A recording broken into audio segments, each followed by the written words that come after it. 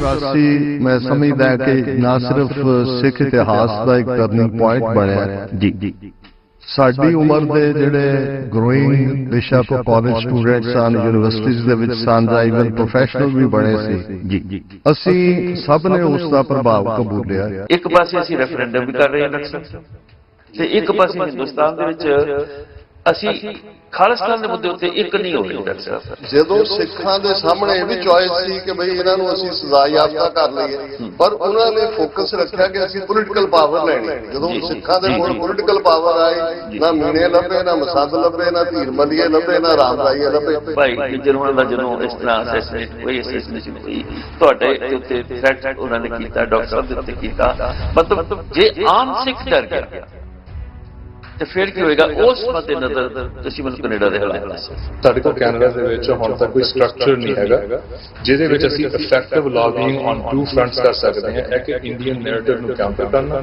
ਇੱਕ ਸਾਡਾ ਨੈਰੇਟਿਵ ਜੋ ਸੋਵਰਨਟੀ ਦਾ ਹੈ ਖਾਲਸਾ ਦਾ ਉਹਨੂੰ ਪੇਸ਼ ਕਰਨਾ। हम पातशाही सतगुर दे हन्ने हन्ने सानू गुरु ने सॉवरनिटी दिती हुई है। 1849 तक असी सॉवरन सी एक वड्डे मुल्क दे मालक। अज दा जिहड़ा यूके है उस तो दुगड़ा जिहड़ा है वो साडे कोल इलाका सी ते दूसरा जून 84 फाइनल वाटरशेड सी इंडियन स्टेट और सिखां दी रिलेशनशिप कि हुण जिहड़ा मुकम्मल आजादी और इस दे लई जिहड़ी अगवाई है संत जरनैल सिंह खालसा पिंडां वालियां दे लफज ही काफी सन। ਜਦੋਂ ਤੁਹਾਡੀ ਇਹ ਜੰਗ ਥਾਟ ਪ੍ਰੋਸੈਸ ਤੇ ਸ਼ੁਰੂ ਹੁੰਦੀ ਹੈ ਉਹਦੇ ਹੀਲੇ ਵਸੀਲੇ ਜਿਹੜੇ ਆ ਉਹ ਬੇਪੰਥਕ ਰੀਤ ਰਵਾਇਤ ਮੁਤਾਬਕ ਸਾਰੇ ਤੁਹਾਡੇ ਲਈ ਖੁੱਲੇ ਆ ਜੀ। ਉਹਦੇ ਵਿੱਚ ਤੁਹਾਡੀ ਪੋਲੀਟੀਕਲ ਲੜਾਈ, ਤੁਹਾਡੀ ਉਹਦੇ ਵਿੱਚ ਡਿਬੇਟ ਦੀ ਲੜਾਈ, ਤੁਹਾਡੀ ਉਹਦੇ ਵਿੱਚ ਹਥਿਆਰਬੰਦ ਸੰਘਰਸ਼ ਦੀ ਲੜਾਈ, ਉਹ ਸਾਰੀਆਂ ਚੀਜ਼ਾਂ ਪੰਥ ਦੇ ਮੋਹਰੇ ਪਈਆਂ ਆ ਜੀ। ਪੰਥ ਨੇ ਡਿਸਾਈਡ ਕਰਨਾ ਹੈ ਤੇ ਬੰਦੇ ਇਹ ਵੀ ਕਹਿੰਦੇ ਕਿ ਪੰਥ ਦੇ ਵਿੱਚ ਕੌਣ ਡਿਸਾਈਡ ਕਰੂਗਾ। ਜਿਹੜੇ ਬੰਦੇ ਮੈਦਾਨ ਦੇ ਵਿੱਚ ਆ ਉਹ ਡਿਸਾਈਡ ਕਰਨਗੇ ਜੀ। ਜਿਹੜੇ ਬੰਦੇ ਸਾਈਡ ਤੇ ਬੈਠ ਕੇ ਦੇਖ ਰਹੇ ਆ ਜਾਂ ਤਮਾਸ਼ਾ ਦੇਖ ਰਹੇ ਆ ਜਾਂ ਸਾਡੀਆਂ ਲੱਤਾਂ ਖਿੱਚ ਰਹੇ ਆ ਉਹਨਾਂ ਦੀ ਉੱਥੇ ਜਿੱਦਾਂ ਡਾਕਟਰ ਸਾਹਿਬ ਨੇ ਗੱਲ ਕੀਤੀ ਸੀਗੀ ਸਾਡੀ ਹਾਲ ਦੀ ਘੜੀ ਕੋਈ ਪਰਵਾਹ ਨਹੀਂ ਹੈਗੀ ਕਿ ਉਹਨਾਂ ਦੀ ਓਪੀਨੀਅਨਸ ਕੀ ਹੈ। ਵਾਹਿਗੁਰੂ ਜੀ ਕਾ ਖਾਲਸਾ ਵਾਹਿਗੁਰੂ ਜੀ ਕੀ ਫਤਿਹ। ਮੈਂ ਆਪ ਜੀ ਦਾ ਦਾਸ ਗੁਰਦੀਪ ਸਿੰਘ ਆਪ ਜੀ ਦੇ ਆਪਣੇ ਮੰਚ ਆਪ ਜੀ ਦੇ ਆਪਣੇ ਚੈਨਲ ਅਕਾਲ ਚੈਨਲ ਦੇ ਮਾਧਿਅਮ ਦੇ ਰਾਹੀਂ ਆਪ ਜੀ ਦੇ ਨਾਲ ਮੁਖਾਤਿਬ ਹਾਂ। ਜਿਵੇਂ ਕਿ ਆਪ ਜਾਣਦੇ ਹੋ ਕਿ ਅੱਜ ਇੱਕ ਖਾਸ ਅਤੇ ਵਿਸ਼ੇਸ਼ ਜਿਸ ਨੂੰ ਆਪਾਂ ਮੁੱਦਿਆਂ ਦਾ ਸੰਮੇਲ ਕਹਿ ਸਕਦੇ ਹਾਂ ਕਿਉਂਕਿ ਆਹੋ ਭਾਗ ਸਾਡੇ ਕਿ ਅੱਜ ਸਾਡੇ ਵਿਚਕਾਰ ਸਿੱਖ ਕੌਮ ਦੀ ਉਹ ਸਤਿਕਾਰਯੋਗ ਮਾਇਆਨਾਜ਼ ਹਸਤੀ ਉਹ ਵਿਦਵਾਨ ਡਾਕਟਰ ਅਮਰਜੀਤ ਸਿੰਘ ਜਿਨ੍ਹਾਂ ਦੀ ਹੁਣੇ ਮੈਂ ਆਪ ਜੀ ਨੂੰ ਕਿਉਂਕਿ ਵੈਸੇ ਤਾਂ ਉਹ ਕਿਸੇ ਵੀ ਜਾਣ ਪਛਾਣ ਦੇ ਮੁਹਤਾਜ ਨਹੀਂ ਉਹਨਾਂ ਦੀ ਥੋੜ੍ਹੀ ਜਿਹੀ ਜਾਣ ਪਛਾਣ ਮੈਂ ਜ਼ਰੂਰ ਆਪ ਜੀ ਨਾਲ ਕਰਵਾਊਂਗਾ ਔਰ ਉਹਨਾਂ ਦੇ ਨਾਲ ਬਹੁਤ ਹੀ ਸਤਿਕਾਰਯੋਗ ਸਰਦਾਰ ਮਨਿੰਦਰ ਸਿੰਘ ਜੀ ਮੁੱਖ ਬੁਲਾਰੇ British Columbia council British Columbia Gurdwara council तो उन्होंने नाल भी मैं आप जी की मुलाकात करवाऊंगा और कुछ प्रश्न कुछ सवाल उन्होंने पासों आप पहुँचांगे। आओ भाग में इस करके क्या क्योंकि ये सत्कारयोग दोनों ही साडियां पर्सनैलिटीज़ हस्तियां अमेरिका और कनेडा की इस धरती तो चल के आई ने और जिवें कि आप जानते हो कि इस बीते ऐतवार सिख फैडरेशन वालों अपनी 40वीं वर्षगांठ मनाई गई है। उस वर्षगांठ दे विच उन्होंने खास और विशेष तौर पर हिस्सा लैण दे लई बुलाया गया सीगा। समय भी अज जरूर घाट रहेगी क्योंकि मेरे पास बहुत सारे क्वेश्चन ने और समा आपां एक हदबंदी नूं देख के चलांगे और मैं चाहांगा कि आपां उन्हां पासों मैक्सिमम क्वेश्चन कर सकीए और शॉर्ट दे विच उन्हां पासों आंसर ले सकीए। तो सब तो पहला मैं शॉर्ट दे विच आप जी नूं दसदा चलां कि Sardar Amarjeet Singh ji Khalistan affair centre Washington DC और TV 84 चैनल दे राहीं आप उन्हां नूं अक्सर देखते हो। बहुत सारे प्रश्न उन्होंने सामने होंगे ने और हर प्रश्न का वो बिल्कुल निठ के जवाब देंगे ने और बड़ी खूबसूरती दे नाल बड़ी विद्वता दे नाल जवाब देंगे ने। असल विच सानू लोड़ है अजिहे विद्वानां दी जिहड़े कि कौम नूं इस पक्षों एक सेध भी दे सकन। तो फिर मैं बेनती करांगा कि साडे काल चैनल के वो भाग ने कि अज सत्कारयोग डॉक्टर अमरजीत सिंह जी साडे विचकार रूबरू मौजूद ने और उन्होंने नाल मौजूद ने सत्कारयोग सरदार मनिंदर सिंह जी मुख बुलारे ब्रिटिश कोलंबिया गुरुद्वारा कौंसल वालों। स्वागत है आप जी का डॉक्टर साहब। वाहिगुरू जी का खालसा वाहिगुरू जी की फतेह। वाहिगुरू जी का खालसा वाहिगुरू जी। डॉक्टर साहब सब तो पहला तो जो आया आप जी का स्वागत है। डॉक्टर साहब मेरे पास जिन्ना कुछ समय है मैं चाहांगा कि असीं ज़्यादा दा लाहा लईए जी। कल जिहड़ी आप जी की स्पीच सी कल कह लो या बीते ऐतवार कह लो आप सिख फेडरेशन के सदे उत्ते आए सैजली स्टेट विखे और मैं ਉਸ ਸਪੀਚ ਦੇ ਵਿੱਚੋਂ ਹੀ, ਕਿਉਂਕਿ ਜਿੰਨਾ ਕੁ ਸਮਾਂ ਹੈ ਉਹਦੇ ਵਿੱਚੋਂ ਹੀ ਥੋੜ੍ਹੀਆਂ ਜਿਹੀਆਂ ਆਪ ਜੀ ਦੇ ਨਾਲ ਗੱਲਾਂ ਕਰਨੀਆਂ ਚਾਹਾਂਗਾ। ਡਾਕਟਰ ਸਾਹਿਬ, ਪਹਿਲਾਂ ਤੇ ਤੁਸੀਂ ਸਾਨੂੰ ਸ਼ਾਰਟ ਦੇ ਵਿੱਚ ਆਪਣੇ ਬਾਰੇ ਥੋੜ੍ਹਾ ਜਿਹਾ ਦੱਸੋ, ਔਰ ਥੋੜ੍ਹਾ ਜਿਹਾ ਸਾਨੂੰ ਅਮਰੀਕਾ ਬਾਰੇ, ਜਿੱਥੋਂ ਤੁਸੀਂ ਚੱਲ ਕੇ ਆਏ ਹੋ ਉੱਥੋਂ ਦੀ ਸਿੱਖਾਂ ਦੀ ਪੋਜੀਸ਼ਨ, ਔਰ ਥੋੜ੍ਹਾ ਜਿਹਾ ਸਾਨੂੰ ਇਹ ਦੱਸੋ ਕਿ ਇਸ ਵਕਤ ਕੌਮ ਦੀ ਇੱਕ ਹਾਸੋਹੀਣੀ ਸਥਿਤੀ ਬਣਾ ਦਿੱਤੀ ਗਈ ਹੈ। ਅਗਰ ਤੁਸੀਂ ਇਸ ਹਾਸੋਹੀਣੀ ਸਥਿਤੀ ਬਾਰੇ ਥੋੜ੍ਹਾ ਜਿਹਾ ਜ਼ਰੂਰ ਸਾਨੂੰ ਦੱਸ ਸਕੋ ਕਿ ਕਿਵੇਂ ਸ੍ਰੀ ਅਕਾਲ ਤਖਤ ਸਾਹਿਬ ਦਾ ਅਸੀਂ ਇਸਤੇਮਾਲ ਕਰ ਰਹੇ ਹਾਂ, ਕਿਵੇਂ ਕਿਸੇ ਨੂੰ ਤਨਖਾਹੀਆ ਦੇ ਕੇ ਕੌਮ ਨੂੰ ਗੁੰਮਰਾਹ ਕਰ ਰਹੇ ਹਾਂ, ਜਾਂ ਕਿਵੇਂ ਹੋਰ ਭੰਬਲ ਭੂਸਿਆਂ ਦੇ ਵਿੱਚ ਪਾ ਰਹੇ ਹਾਂ। ਇਹਦਾ ਸ਼ਾਰਟ ਦੇ ਵਿੱਚ ਮੈਨੂੰ ਦੱਸੋ। ਫਿਰ ਉਸ ਤੋਂ ਬਾਅਦ ਮੇਰੇ ਕੋਲ ਬਹੁਤ ਸਾਰੇ ਕੁਐਸਚਨ ਨੇ, ਖਾਸ ਅਤੇ ਵਿਸ਼ੇਸ਼ ਜਿਹੜੀ ਕੱਲ੍ਹ ਤੁਹਾਡੀ ਸਪੀਚ ਹੋਈ ਹੈ ਉਹਦੇ ਵਿੱਚ। ਜੀ ਡਾਕਟਰ ਸਾਹਿਬ, ਸਭ ਤੋਂ ਪਹਿਲਾਂ ਤਾਂ ਤੁਹਾਡਾ ਸ਼ੁਕਰੀਆ ਕਿ ਤੁਸੀਂ ਅਕਾਲ ਚੈਨਲ ਦੇ ਮਾਧਿਅਮ ਰਾਹੀਂ ਸਾਨੂੰ ਆਪਣੇ ਲੱਖਾਂ ਵਿਊਅਰਸ ਦੇ ਰੂਬਰੂ ਕਰ ਰਹੇ ਹੋ। ਜੀ ਡਾਕਟਰ ਸਾਹਿਬ, ਮੇਰੇ ਲਈ ਵੀ ਖੁਸ਼ੀ ਔਰ ਮਾਣ ਵਾਲੀ ਗੱਲ ਹੈ ਕਿ ਮੈਂ ਇਸ ਧਰਤੀ ਤੇ ਆ ਕੇ ਆਪ ਜੈਸੇ ਵੀਰਾਂ, ਔਰ ਕੱਲ ਜਿਵੇਂ ਸਿੱਖ ਫੈਡਰੇਸ਼ਨ ਯੂਕੇ ਦੀ ਇਕੱਲੀ ਇਹ ਕਨਵੈਨਸ਼ਨ ਜਾਂ ਕਾਨਫਰੰਸ ਨਹੀਂ ਸੀ, ਜੀ ਜੀ, ਐਕਚੁਅਲੀ 40 ਸਾਲਾਂ ਦਾ ਇਤਿਹਾਸ, ਖਾਲਿਸਤਾਨ ਦੀ ਤਹਿਰੀਕ ਦਾ ਇਤਿਹਾਸ ਵੀ ਸੀ। ਬਿਲਕੁਲ। ਔਰ ਜੂਨ 84 ਘੱਲੂਘਾਰੇ ਦੀ 40ਵੀਂ ਦੁਖਦ ਯਾਦ ਨਾਲ ਜੋੜ ਕੇ ਤੇ ਅੱਜ ਅਸੀਂ ਕਿੱਥੇ ਖੜੇ ਹਾਂ, ਸਾਡਾ ਮੁਸਤਕਬਲ ਕੀ ਹੈ, ਇਸ ਨਾਲ ਵੀ ਜੁੜਿਆ ਹੋਇਆ ਬਹੁਤ ਸਾਰਾ ਕੁਝ ਜਿਹੜਾ ਕੱਲ ਦੀ ਵਿਚਾਰ ਚ ਵੀ ਸਾਹਮਣੇ ਆਇਆ। ਔਰ ਬਹੁਤ ਸਾਰੇ ਵੀਰਾਂ ਨਾਲ ਜਿਹੜੇ ਅੱਡ-ਅੱਡ ਮੁਲਕਾਂ ਤੋਂ, ਯੂਰਪ ਦੇ ਵੀ ਆਏ ਸਨ, ਉਹਨਾਂ ਦੇ ਦੀਦਾਰ ਹੋਏ। ਜੀ ਦੇਖੋ, ਜੂਨ 84 ਮੈਂ ਸਮਝਦਾ ਕਿ ਨਾ ਸਿਰਫ ਸਿੱਖ ਇਤਿਹਾਸ ਦਾ ਇੱਕ ਟਰਨਿੰਗ ਪੁਆਇੰਟ ਬਣਿਆ ਜੀ, ਸਾਡੀ ਉਮਰ ਦੇ ਜਿਹੜੇ ਗਰੋਇੰਗ ਬੇਸ਼ੱਕ ਉਹ ਕਾਲਜ ਸਟੂਡੈਂਟ ਸਨ, ਯੂਨੀਵਰਸਿਟੀਜ਼ ਦੇ ਵਿੱਚ ਸਨ, ਜਾਂ ਇਵਨ ਪ੍ਰੋਫੈਸ਼ਨਲ ਵੀ ਬਣੇ ਸੀ, ਜੀ, ਅਸੀਂ ਸਭ ਨੇ ਉਸ ਦਾ ਪ੍ਰਭਾਵ ਕਬੂਲਿਆ। ਜੀ, ਕਿਉਂ ਨਹੀਂ। ਦੋ ਰਸਤੇ ਉਸ ਹਾਲਤ ਦੇ ਵਿੱਚ ਬਚੇ ਸਨ। ਇੱਕ ਤਾਂ ਜੋ ਸਟੇਟ ਨੇ ਰੂਥਲੈਸ ਪਾਵਰ ਦਾ ਇਸਤੇਮਾਲ ਕਰਕੇ ਜਿਹੜੀ ਅਨਡਿਕਲੇਅਰਡ ਟੋਟਲ ਵਾਰ ਜੀ ਉਹਨਾਂ ਨੇ ਵਿੱਢੀ, ਜਿਹੜੀ ਅੱਜ ਓਪਨ ਵਾਰ ਬਣ ਚੁੱਕੀ ਹੈ। ਜਦੋਂ ਅੱਜ ਅਸੀਂ ਜੋ ਕੁਝ ਇਸ ਧਰਤੀ ਤੇ ਭਾਈ ਅਵਤਾਰ ਸਿੰਘ ਖੰਡਾ, ਜਾਂ ਕੈਨੇਡਾ 'ਚ ਭਾਈ ਹਰਦੀਪ ਸਿੰਘ ਨਿੱਜਰ, ਜੀ, ਲਾਹੌਰ ਦੇ ਵਿੱਚ ਭਾਈ ਪਰਮਜੀਤ ਸਿੰਘ ਪੰਜਵੜ, ਔਰ ਅਮਰੀਕਾ 'ਚ ਜਿਹੜਾ ਮਰਡਰ ਪਲਾਟ ਫਾਈਲ ਹੋਇਆ, ਇਸ ਸਾਰੇ ਦੌਰ ਦੇ ਵਿੱਚ ਦੋ ਹੀ ਰਸਤੇ ਸਨ। ਜਾਂ ਤਾਂ ਸਟੇਟ ਪਾਵਰ ਦੇ ਸਾਹਮਣੇ ਉਦੋਂ ਜਿਹੜੇ ਸਾਡੇ ਸਿੰਘ ਖਲੋਤੇ ਅੜੇ। ਜੀ, ਮੈਂ ਇੱਕ ਗੁਰਬਾਣੀ ਦਾ, ਸਿੱਖੀ ਨਾਲ ਪਿਆਰ ਕਰਨ ਵਾਲਾ ਇੱਕ ਜਗਿਆਸੂ ਹੋਣ ਦੇ ਨਾਤੇ ਜੀ, ਜੀ, ਮੈਂ ਇਹ ਮਹਿਸੂਸ ਕੀਤਾ ਉੱਥੇ ਬੈਠਿਆਂ ਵੀ ਕਿ ਇਹ ਜੋ ਸਾਡੀ ਤਾਂ ਟੋਟਲੀ ਸਰਵਨਾਸ਼ ਦੀ ਇਹਨਾਂ ਨੇ ਜੰਗ ਵਿੱਢੀ ਹੋਈ ਹੈ ਸਾਡੇ ਖਿਲਾਫ, ਔਰ ਇਸ ਆਵਾਜ਼ ਨੂੰ ਬਾਹਰ ਕਿਵੇਂ ਪਹੁੰਚਾਇਆ ਜਾ ਸਕੇ, ਕਿਉਂਕਿ ਉਹਨਾਂ ਜ਼ਮਾਨਿਆਂ 'ਚ ਇੱਕੋ ਇੱਕ ਭਾਰਤੀ ਦੂਰਦਰਸ਼ਨ ਜਾਂ ਪ੍ਰਿੰਟ ਮੀਡੀਆ ਸਰਕਾਰੀ ਨੈਰੇਟਿਵ ਵੀ ਦੇ ਰਿਹਾ ਸੀ ਜੀ। ਔਰ ਉਦੋਂ ਦਾ ਅਮਰੀਕਾ ਪੋਸਟ 9/11 ਵਾਲਾ ਅਮਰੀਕਾ ਨਹੀਂ ਸੀ। ਉਦੋਂ ਸੋਵੀਅਤ ਯੂਨੀਅਨ ਇੰਟੈਕਟ ਸੀ, ਇੰਡੀਆ ਉਹਦੀ ਸੈਟੇਲਾਈਟ ਕੰਟਰੀ ਸੀ, ਤੇ ਅਮਰੀਕਾ ਇੱਕ ਹੋਪ ਸੀ ਉਦੋਂ ਕਿ ਉਹਨੇ ਸੋਵੀਅਤ ਯੂਨੀਅਨ ਦੇ ਖਿਲਾਫ, ਔਰ ਇੰਡੀਆ ਜਿਹੜਾ ਉਸ ਰਸ਼ੀਅਨ ਬਲਾਕ ਦੇ ਵਿੱਚ ਸੀ। ਸੋ ਉਹਨਾਂ ਹਾਲਾਤਾਂ 'ਚ ਹੀ ਮੈਂ ਪੋਸਟ 84 ਜਦੋਂ ਪੰਜਾਬ ਦੀਆਂ ਡਿਵੈਲਪਮੈਂਟਸ ਦੇ ਵਿੱਚ, ਖਾਸ ਤੌਰ ਤੇ ਪੰਥਕ ਕਮੇਟੀ ਹੋਂਦ ਦੇ ਵਿੱਚ ਆਉਣ ਤੋਂ ਬਾਅਦ ਡਿਵੈਲਪਮੈਂਟਸ ਹੋ ਰਹੀਆਂ ਸੀ, ਸੋ ਅਮਰੀਕਾ ਆਉਣ ਦਾ ਫੈਸਲਾ ਕੀਤਾ। ਜਿਹੜੇ ਸਿੰਘਾਂ ਦੇ ਨਾਲ ਵਿਚਾਰ ਹੋਈ ਕਿ ਭਾਈ ਇਸ ਜਿਹੜੀ ਇੱਥੇ ਸਟਰਗਲ ਚੱਲ ਰਹੀ ਹੈ ਉਸ ਨੂੰ ਪੋਲੀਟੀਕਲ ਈਡੀਅਮ ਦੇਣ ਦੇ ਲਈ, ਪੋਲੀਟੀਕਲ ਆਵਾਜ਼ ਦੇਣ ਦੇ ਲਈ ਜਿਹੜਾ ਬਾਹਰ ਸਾਡੀ ਆਵਾਜ਼ ਹੋਣੀ ਚਾਹੀਦੀ। ਸੋ ਉਹਨਾਂ ਹਾਲਾਤਾਂ 'ਚ ਮੈਂ ਲੇਟ 80s ਦੇ ਵਿੱਚ ਅਮਰੀਕਾ ਪਹੁੰਚਿਆ ਜੀ। ਔਰ ਨਵੰਬਰ 1991 'ਚ ਜਦੋਂ ਕਿ ਪੰਥਕ ਕਮੇਟੀ ਜਿਹਦੀ ਕਮਾਨ 'ਚ 4 ਜੁਝਾਰੂ ਜਥੇਬੰਦੀਆਂ ਸੀ, ਔਰ ਪੰਥਕ ਕਮੇਟੀ ਪੋਲੀਟੀਕਲ ਅਗਵਾਈ ਦੇਣ ਦੀ ਜ਼ਿੰਮੇਵਾਰੀ ਸੀ, ਮੈਨੂੰ ਐਜ਼ ਏ ਸਪੋਕਸਪਰਸਨ ਪੰਥਕ ਕਮੇਟੀ, ਔਰ ਇਹ ਖਾਲਿਸਤਾਨ ਅਫੇਅਰ ਸੈਂਟਰ ਲਫ਼ਜ਼ ਐਕਚੁਅਲੀ ਸਾਡੀਆਂ ਜੁਝਾਰੂ ਜਥੇਬੰਦੀਆਂ ਦੀ ਚੋਣ ਸੀ ਕਿ ਇਹ ਆਵਾਜ਼ ਉਹਨਾਂ ਦੀ ਜੋ ਸਟਰਗਲ ਹੈ ਉਹਨੂੰ ਪੋਲੀਟੀਕਲ ਈਡੀਅਮ ਦਿੱਤਾ ਜਾਏ। ਸੋ ਇਹ ਮੇਰਾ ਸਫ਼ਰ ਦੀ ਸ਼ੁਰੂਆਤ ਸੀ ਅਮਰੀਕਾ ਦੀ ਧਰਤੀ ਤੇ। ਔਰ ਇਸ ਤੋਂ ਸਾਰੇ ਸਮੇਂ ਬਾਅਦ ਬਹੁਤ ਸਾਰੇ ਉਤਰਾਅ ਚੜ੍ਹਾਅ ਮੂਵਮੈਂਟ ਦੇ ਵਿੱਚ ਆਏ, ਲੇਕਿਨ ਮੈਨੂੰ ਇਹ ਹਮੇਸ਼ਾ ਰਿਹਾ, ਦੋ ਗੱਲਾਂ ਦੇ ਉੱਤੇ ਮੇਰਾ ਪੱਕਾ ਫੇਥ ਰਿਹਾ। ਇੱਕ ਤਾਂ ਇਹ ਕਿ ਹਮ ਪਾਤਸ਼ਾਹੀ ਸਤਿਗੁਰ ਦੇ ਹੰਨੇ ਹੰਨੇ, ਸਾਨੂੰ ਗੁਰੂ ਨੇ ਸੋਵਰਨਿਟੀ ਦਿੱਤੀ ਹੋਈ ਹੈ। 1849 ਤੱਕ ਅਸੀਂ ਸੋਵਰਨ ਸੀ, ਇੱਕ ਵੱਡੇ ਮੁਲਕ ਦੇ ਮਾਲਕ। ਅੱਜ ਦਾ ਜਿਹੜਾ ਯੂਕੇ ਹੈ ਉਸ ਤੋਂ ਦੁੱਗਣਾ ਜਿਹੜਾ ਹੈ ਉਹ ਸਾਡੇ ਕੋਲ ਇਲਾਕਾ ਸੀ। ਜੀ ਜੀ। ਤੇ ਦੂਸਰਾ ਜੂਨ 84 ਫਾਈਨਲ ਵਾਟਰਸ਼ੈਡ ਸੀ ਇੰਡੀਅਨ ਸਟੇਟ ਔਰ ਸਿੱਖਾਂ ਦੀ ਰਿਲੇਸ਼ਨਸ਼ਿਪ ਕਿ ਹੁਣ ਜਿਹੜਾ ਮੁਕੰਮਲ ਆਜ਼ਾਦੀ, ਔਰ ਇਸ ਦੇ ਲਈ ਜਿਹੜੀ ਅਗਵਾਈ ਹੈ ਸੰਤ ਜਰਨੈਲ ਸਿੰਘ ਖਾਲਸਾ ਪਿੰਡਾਂ ਵਾਲਿਆਂ ਦੇ ਲਫ਼ਜ਼ ਹੀ ਕਾਫੀ ਸਨ, ਲੇਕਿਨ ਉਸ ਨੂੰ ਕੌਮ ਨੇ 26 ਜਨਵਰੀ 1986 ਦਾ ਸਰਬੱਤ ਖਾਲਸਾ ਔਰ ਉਸ ਵੱਲੋਂ ਥਾਪੀ 5 ਮੈਂਬਰੀ ਪੰਥਕ ਕਮੇਟੀ ਨੇ 29 ਅਪ੍ਰੈਲ 1986 ਨੂੰ ਖਾਲਿਸਤਾਨ ਦੇ ਐਲਾਨਨਾਮੇ ਨਾਲ ਖਾਲਿਸਤਾਨ ਮਿਥ ਦਿੱਤਾ ਸੀ। ਸੋ ਇੱਕ ਗੱਲ ਬਿਲਕੁਲ ਕਲੀਅਰ ਕਿ ਇਸ ਤੋਂ ਬਿਨਾਂ ਸਿੱਖਾਂ ਦਾ ਗੁਜ਼ਾਰਾ ਨਹੀਂ ਹੈ ਔਰ ਹੋਰ ਕੋਈ ਆਪਸ਼ਨ ਨਹੀਂ ਬਚੀ।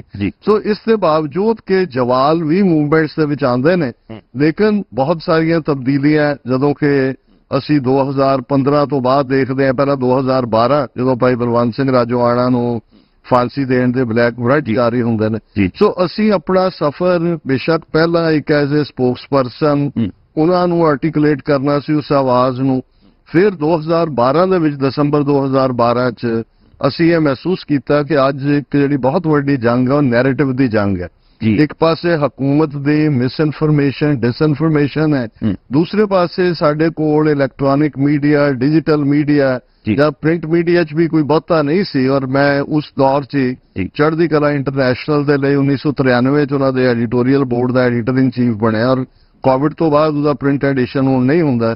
ਮੈਂ 3 column regularly Khalistan calling English ਬਿਲਕੁਲ ਪੰਜਾਬੀ ਮੈਂ ਪੜ੍ਹਦਾ ਉਹਦਾ ਐਡੀਟੋਰੀਅਲ ਇਹ ਸਾਰਾ ਪਾਰਟ ਐਜੇ ਵੀ ਇੱਕ ਅਖਬਾਰ ਛਪਦੇ ਰਹੇ। ਜੀ ਹਾਂਜੀ ਪੰਜਾਬ ਟਾਈਮ ਚ ਛਪਦੇ। ਔਰ ਦਸੰਬਰ 2012 ਤੋਂ ਹੁਣ ਅਸੀਂ ਰੈਗੂਲਰਲੀ ਜਿਹੜਾ 24 ਆਵਰ ਚੈਨਲ TV 84 ਜਿਹੜਾ ਨਿਊਯਾਰਕ ਤੋਂ ਟੈਲੀਕਾਸਟ ਹੁੰਦਾ ਔਰ ਮੰਡੇ ਥਰੂ ਫਰਾਈਡੇ ਉਹਦਾ ਜਿਹੜਾ ਫਲੈਗ ਪ੍ਰੋਗਰਾਮ ਹੈ ਉਹ ਸੱਚੋ ਸੱਚ ਹੈ 7:30 ਤੋਂ 9 1.5 ਘੰਟਾ। ਔਰ ਮੈਨੂੰ ਖੁਸ਼ੀ ਹੈ ਕਿ ਕੱਲ ਦੇ ਪ੍ਰੋਗਰਾਮ 'ਚ ਬਹੁਤ ਸਾਰੇ ਵੀਰ ਭੈਣਾਂ ਮਿਲੇ ਜਿਹੜੇ ਸੱਚੋ ਸੱਚ ਪ੍ਰੋਗਰਾਮ TV 84 ਰਾਹੀਂ ਜਿਹੜੇ ਨੇ ਬਿਲਕੁਲ ਆਪਾਂ ਥੋੜਾ ਜਿਹਾ ਸ਼ਾਰਟ ਵਿੱਚ ਵੀ ਰੱਖਣਾ ਜੀ, ਕਿਉਂਕਿ ਤੁਹਾਡੇ ਬਾਰੇ ਮੇਰੇ ਕੋਲ ਕਾਫੀ ਸਾਰੇ ਕੁਐਸਚਨ ਨੇ, ਕਿਉਂਕਿ ਇੱਕ ਮੈਂ ਇਹਦੇ ਵਿੱਚ ਤੁਹਾਡੇ ਕੋਲ ਇਹ ਵੀ ਕੁਐਸਚਨ ਪੁੱਛਿਆ ਸੀ ਕਿ ਕੌਮ ਦੀ ਇਸ ਵਕਤ ਸਥਿਤੀ ਹਾਸੋਹੀਣੀ ਹੋ ਚੁੱਕੀ ਹੈ, ਜਿਹਦੇ ਵਿੱਚ ਆਪਾਂ ਜੋ ਦੇਖ ਰਹੇ ਹਾਂ ਕਿ ਅਕਾਲ ਤਖ਼ਤ ਸਾਹਿਬ ਦਾ ਇਸਤੇਮਾਲ ਕਰ ਰਹੇ। ਪਰ ਮੈਂ ਉਸ ਸਵਾਲ ਦੇ ਉੱਤੇ ਬਾਅਦ ਚਾਹਾਂਗਾ, ਪਹਿਲਾਂ ਕਿਉਂਕਿ ਤੁਸੀਂ ਹੁਣੇ ਜਿਹੜੀ ਗੱਲ ਕੀਤੀ ਹੈ ਨਾ ਡਾਕਟਰ ਸਾਹਿਬ ਲੜਾਈ ਦੀ, ਕਿਉਂਕਿ ਫੁੱਲ ਕੰਪਲੀਟ ਤੁਸੀਂ ਕਿਹਾ ਕਿ 84 ਤੋਂ ਬਾਅਦ, ਲੇਕਿਨ ਤੁਸੀਂ ਕੱਲ ਡਾਕਟਰ ਸਾਹਿਬ ਇੱਕ ਗੱਲ ਕੀਤੀ ਸੀ ਕਿ ਹੁਣ ਇਸ ਵਕਤ ਲੜਾਈ ਥਾਟ ਦੀ ਹੈ। ਤੁਸੀਂ ਕੱਲ ਦੀ ਥਾਟ ਨੂੰ ਡਾਕਟਰ ਸਾਹਿਬ ਉਸ ਵਕਤ ਤੁਸੀਂ ਕਿੱਦਾਂ ਡਿਫਾਈਨ ਕਰੋਗੇ? ਜੇ ਮੈਂ ਕਹਿ ਲਵਾਂ ਕਿ ਚਲੋ ਥਾਟ ਕੀ ਅਸੀਂ ਟੇਬਲ ਟਾਕ ਦੇ ਵਿੱਚੋਂ ਕੀ ਉਹ ਸਾਡੇ ਨਾਲ ਤਿਆਰ ਹੋਣਗੇ ਟੇਬਲ ਟਾਕ ਲਈ, ਜਾਂ ਸਾਡੇ ਵਿੱਚੋਂ ਕੁਝ ਉਹ ਕਾਬਲ ਵਿਅਕਤੀ ਅੱਗੇ ਜਾਣਗੇ ਜਿਨ੍ਹਾਂ ਦਾ ਉਹ ਜਾਂ ਅਸੀਂ ਫੇਸ ਕਰ ਸਕਾਂਗੇ, ਜਾਂ ਫਿਰ ਡਾਕਟਰ ਸਾਹਿਬ ਸਾਨੂੰ ਇਸ ਵਕਤ ਜਦੋਂ ਇਹਨਾਂ ਨੇ ਲੰਗਰ ਵੰਡਣ ਵਾਲੀ ਕੌਮ ਇੱਕ ਬਣਾ ਕੇ ਰੱਖ ਦਿੱਤਾ ਉਸ ਵਕਤ ਇੱਕ ਪਾਸੇ ਅਸੀਂ ਰੈਫਰੈਂਡਮ ਵੀ ਕਰ ਰਹੇ ਹਾਂ ਡਾਕਟਰ ਸਾਹਿਬ, ਤੇ ਇੱਕ ਪਾਸੇ ਹਿੰਦੁਸਤਾਨ ਦੇ ਵਿੱਚ ਅਸੀਂ ਖਾਲਿਸਤਾਨ ਦੇ ਮੁੱਦੇ ਉੱਤੇ ਇੱਕ ਨਹੀਂ ਹੋ ਰਹੀ। ਡਾਕਟਰ ਸਾਹਿਬ ਮੈਂ ਇਹ ਗੱਲ ਇਸ ਕਰਕੇ ਕਹਿ ਰਿਹਾ ਕਿਉਂਕਿ ਜੇ ਖਾਲਸੇ ਦੀ ਆਜ਼ਾਦੀ ਦੀ ਗੱਲ ਹੈ ਉਹਦੇ ਵਿੱਚ ਆਪਣੇ ਸਿੱਖ ਹੀ ਕਈ ਵਾਰੀ ਰੁਕਾਵਟ ਬਣ ਜਾਂਦੇ ਨੇ, ਖਾਸ ਕਰਕੇ ਉਹ ਕਿਉਂਕਿ ਅੱਜ ਵੀ ਉਹ ਲੋਕ ਜੀਵਿਤ ਨੇ ਜਾਂ ਉਹਨਾਂ ਲੋਕਾਂ ਦੀ ਭਰਮਾਰ ਹੈ ਜਿਹਨੂੰ ਆਪਾਂ ਗੱਦਾਰ ਕਹਿ ਸਕਦੇ ਹਾਂ ਜਾਂ ਸਰਕਾਰ ਪੱਖੀ ਸੋ ਕੋਲ ਕਹਿ ਸਕਦੇ ਹਾਂ। ਇਹਨਾਂ ਹਾਲਾਤਾਂ ਦੇ ਵਿੱਚ ਡਾਕਟਰ ਸਾਹਿਬ ਤੁਸੀਂ ਥਾਟ ਨੂੰ ਡਿਫਾਈਨ ਕਿੱਦਾਂ ਕਰੋਗੇ? ਦੇਖੋ, ਜਦੋਂ ਕੱਲ ਮੈਂ ਥਾਟ ਦੀ ਗੱਲ ਕੀਤੀ ਤੇ ਇਹ ਬ੍ਰਾਹਮਨਿਜ਼ਮ ਜਾਂ ਜਿਸ ਨੂੰ ਅੱਜ ਹਿੰਦੂਤਵਾ ਕਹਿੰਦੇ ਨੇ ਵਰਸਸ ਸਿੱਖਿਜ਼ਮ ਆਈਡੀਆਜ਼ ਦੀ ਲੜਾਈ ਦਾ ਮਤਲਬ ਇਹ ਸੀ। ਔਰ ਉਹਦੇ ਚ ਮੈਂ ਈਵਨ ਇਹ ਕਿਹਾ ਸੀ ਕਿ ਵੈਰੀਆਂ ਕੱਢ ਵਿਖਾਲਿਆ 5 ਸਦੀਆਂ ਦਾ ਵੈਰ। ਜੀ ਬਿਲਕੁਲ, ਬੇਸ਼ੱਕ ਉਹ ਵਾਰ ਤਾਂ ਉਦੋਂ ਹੀ ਸ਼ੁਰੂ ਹੋਏ ਸੀ ਜਿਸ ਦਿਨ ਗੁਰੂ ਨਾਨਕ ਸਾਹਿਬ ਨੇ ਪਾਂਡੇ ਦਾ ਹੱਥ ਫੜ ਲਿਆ ਸੀ ਕਿ ਜਨਾਉ ਨਹੀਂ ਪਾਉਣਾ ਆਨੰਦ ਕਾਰਜ ਗ੍ਰੰਥ ਸਾਹਿਬ ਦੇ ਵੇਲੇ। ਸੋ ਉਹ ਥਾਟ ਇਸ ਪੀਰੀਅਡ 'ਚ ਵੀ ਜੇ ਤੁਸੀਂ 18ਵੀਂ ਸਦੀ 'ਚ ਵੀ ਦੇਖੋਗੇ ਉਹਨਾਂ ਤਾਕਤਾਂ ਨੇ ਜੇ 10ਵੇਂ ਪਾਤਸ਼ਾਹ ਨੇ 14 ਜੰਗਾਂ ਆਪਣੇ ਜੀਵਨ 'ਚ ਲੜੀਆਂ ਨੇ ਤੇ ਆਲਮੋਸਟ 11-22 ਧਾਰ ਦੇ ਪਹਾੜੀ ਰਾਜਿਆਂ ਨਾਲ ਲੜੀਆਂ ਨੇ। ਪਰ ਗੱਲ ਤੇ ਦੱਸੋ ਉੱਥੇ ਆਉਂਦੀ ਨਾ ਕਿ ਤੁਹਾਡਾ ਜਿਹੜਾ ਥਾਟ ਇੰਨਾ ਸਟਰੋਂਗ ਹੈ ਕਿ ਤੁਹਾਡੇ ਥਾਟ ਨਾਲ ਸਹਿਮਤ ਹੀ ਨਹੀਂ ਹੋ ਰਹੇ। ਜੇ ਤੁਹਾਡੇ ਥਾਟ ਨਾਲ ਸਹਿਮਤ ਹੋ ਜਾਂਦੇ ਤੇ ਤੁਹਾਨੂੰ ਖਾਲਸਾ ਰਾਜ ਮੰਗਣ ਦੀ ਲੋੜ ਹੀ ਨਹੀਂ ਸੀ, ਉਹ ਸਾਰੇ ਹਿੰਦੁਸਤਾਨ ਖਾਲਸਾ ਰਾਜ ਬਣਿਆ ਹੋਣਾ। ਨਹੀਂ, ਉਸ ਤੋਂ ਉਹ ਇਸ ਲਈ ਕਿਉਂਕਿ ਘਬਰਾਉਂਦੇ ਨੇ ਉਹ ਉਦੋਂ ਵੀ ਉਹਨਾਂ ਨੇ ਉਹੀ ਕਹਿ ਰਹੇ ਨੇ ਉਹ ਘਬਰਾਉਂਦੇ ਲੋਕ ਕੀ ਤੁਹਾਡਾ ਟੇਬਲ ਤੇ ਬੈਠਣਗੇ? ਰੈਫਰੈਂਡਮ ਕੀ ਤੁਹਾਡਾ ਸਫਲ ਹੋ ਜਾਏਗਾ ਡਾਕਟਰ ਸਾਹਿਬ? ਨਹੀਂ, ਦੇਖੋ ਹੁਣ ਤੁਸੀਂ ਕਈ ਸਵਾਲ ਇੱਕੋ ਥਾਂ ਤੇ ਜਾਣ ਰਹੇ ਹੋ ਤੇ ਡਾਕਟਰ ਸਾਹਿਬ ਨਹੀਂ।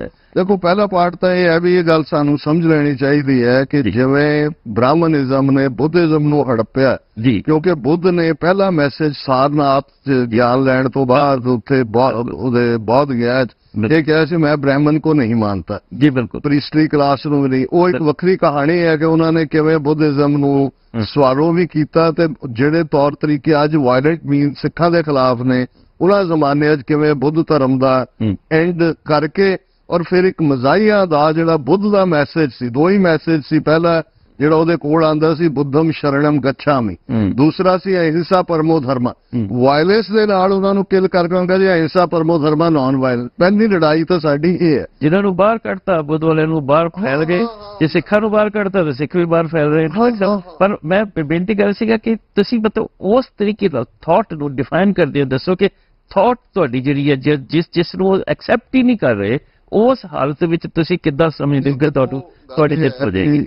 ਇਹ ਜਿਹਦੇ ਲਈ ਅੰਗਰੇਜ਼ੀ ਦਾ ਇੱਕ ਲਫ਼ਜ਼ ਕਹਿਣਾ ਹੋਵੇ ਕਿ ਸਿੱਖਿਜ਼ਮ ਅੰਡਰ ਬ੍ਰਹਮਨਿਕਲ ਸੀਜ, ਜੀ ਜੀ, ਇੰਟਰਨਲੀ ਐਂਡ ਐਕਸਟਰਨਲੀ, ਜੀ ਜੀ, ਜਿਹੜੀਆਂ ਤੁਸੀਂ ਗੱਲ ਕੀਤੀ ਹੈ, ਜਿਹੜੇ ਟ੍ਰੀਟਰਸ ਜਿਹਦੇ ਲਈ ਲਫ਼ਜ਼ ਅਸੀਂ ਇਸਤੇਮਾਲ ਕਰਦੇ, ਈਵਨ ਜੇ ਤੁਸੀਂ ਆਪਣੇ ਇਤਿਹਾਸ ਦੇ ਪਿਛੋਕੜ 'ਚ ਜਾਓ, ਮੀਣੇ ਮਸੰਦ ਧੀਰ ਮਲੀਏ ਰਾਮ ਰਾਈਏ ਕੌਣ ਸਨ, ਬਿਲਕੁਲ ਤੁਹਾਡੇ ਥਾਟ ਤੋਂ ਬਾਹਰ ਬੈਠਣਾ। ਹਾਂ, ਔਰ ਅਲਟੀਮੇਟਲੀ ਸਟੇਟ ਸਪਾਂਸਰਡ ਸੀ, ਕਿਤੇ ਨਾ ਕਿਤੇ 100%। ਅੱਛਾ, ਜਦੋਂ ਸਿੱਖਾਂ ਦੇ ਸਾਹਮਣੇ ਇਹ ਵੀ ਚੋਇਸ ਸੀ ਕਿ ਬਈ ਇਹਨਾਂ ਨੂੰ ਅਸੀਂ ਸਜ਼ਾ ਯਾਫਤਾ ਕਰ ਲਈਏ, ਪਰ ਉਹਨਾਂ ਨੇ ਫੋਕਸ ਰੱਖਿਆ ਕਿ ਅਸੀਂ ਪੋਲੀਟੀਕਲ ਪਾਵਰ ਲੈਣੀ ਹੈ। ਜਦੋਂ ਸਿੱਖਾਂ ਦੇ ਕੋਲ ਪੋਲੀਟੀਕਲ ਪਾਵਰ ਆਏ, ਨਾ ਮੀਣੇ ਲੱਭੇ, ਨਾ ਮਸੰਦ ਲੱਭੇ, ਨਾ ਧੀਰ ਮਲੀਏ ਲੱਭੇ, ਨਾ ਰਾਮ ਰਾਈਏ ਲੱਭੇ। ਉਹਨਾਂ ਦੇ ਛੋਟੀ ਛੋਟੀਆਂ ਪਾਕਟਸ ਅੱਜ ਵੀ ਐਗਜ਼ਿਸਟ ਕਰਦੀਆਂ, ਪਰ ਮੇਨ ਸਟ੍ਰੀਮ ਚੋਂ ਲਾਂਭੇ ਹੋ ਗਏ।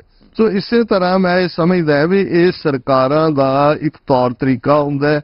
ਤੁਹਾਡੇ ਵਰਗੀਆਂ ਸ਼ਕਲਾਂ ਸੂਰਤਾਂ ਵਾਲੇ ਜਿਹੜੇ ਨੇ ਖੜਾ ਕਰਨਾ, ਉਹ ਹਿਟਲਰ ਨਾਜ਼ੀਆਂ ਦਾ ਤੁਸੀਂ ਦੇਖੋ, ਕੰਸੈਂਟਰੇਸ਼ਨ ਕੈਂਪਾਂ ਤੱਕ ਪਹੁੰਚਾਉਣ ਲਈ ਜਿਹੜੀਆਂ ਟ੍ਰੇਨ ਸੀ, ਉਹਨਾਂ ਦਾ ਡਰਾਈਵਰ ਵੀ ਯਹੂਦੀ ਸੀ, ਉਹਦਾ ਗਾਰਡ ਵੀ ਯਹੂਦੀ ਸੀ। ਸੋ ਮੈਂ ਸਮਝਦਾ ਵੀ ਇਹਨੂੰ ਪਰਵਾਹ ਕਰਨ ਦੀ ਲੋੜ ਨਹੀਂ ਗਾ। ਔਰ ਇਹ ਵੀ ਨਹੀਂ ਹੈ ਵੀ ਅੱਜ ਸਾਡੇ 'ਚ ਇੰਨਾ ਕਨਫਿਊਜ਼ਨ ਕਿਉਂ ਹੈ।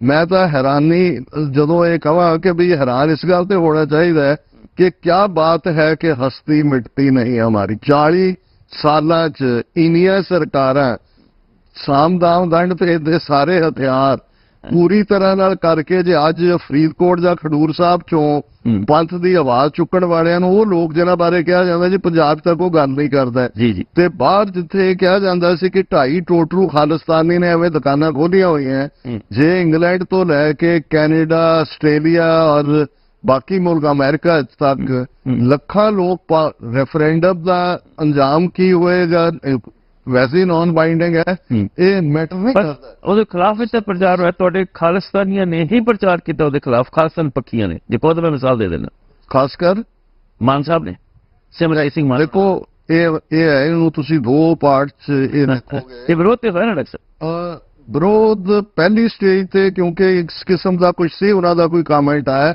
ਲੇਕਿਨ ਤੁਸੀਂ ਲੇਟਰ ਔਨ ਉਹਨਾਂ ਦੀ ਕਲੈਰੀਫਿਕੇਸ਼ਨ ਦੇਖੋਗੇ ਤੇ ਦੇਖੋ ਇੱਕ ਪਾਰਟ ਹਮੇਸ਼ਾ ਬਹੁਤਿਆਂ ਨੂੰ ਇਹ ਸੀ ਕਿ ਜੀ ਇਸ ਰੈਫਰੈਂਡਮ ਦੀ ਅਹਿਮੀਅਤ ਕੀ ਹੈ, ਇਹਨੂੰ ਕੌਣ ਮੰਨਦਾ ਹੈ। ਔਰ ਜਦੋਂ ਅਰੇ ਮੈਂ ਉਹਨਾਂ ਤੱਕ ਕਨਵੇ ਵੀ ਕੀਤਾ ਸਿੱਖਸ ਫਾਰ ਜਸਟਿਸ ਤੱਕ ਕਿ ਵੀ ਇਹਨੂੰ ਕਲੈਰੀਫਾਈ ਕਰੋ ਕਿ ਵੀ ਇਹ ਨਾਨ ਬਾਈਂਡਿੰਗ ਹੈ।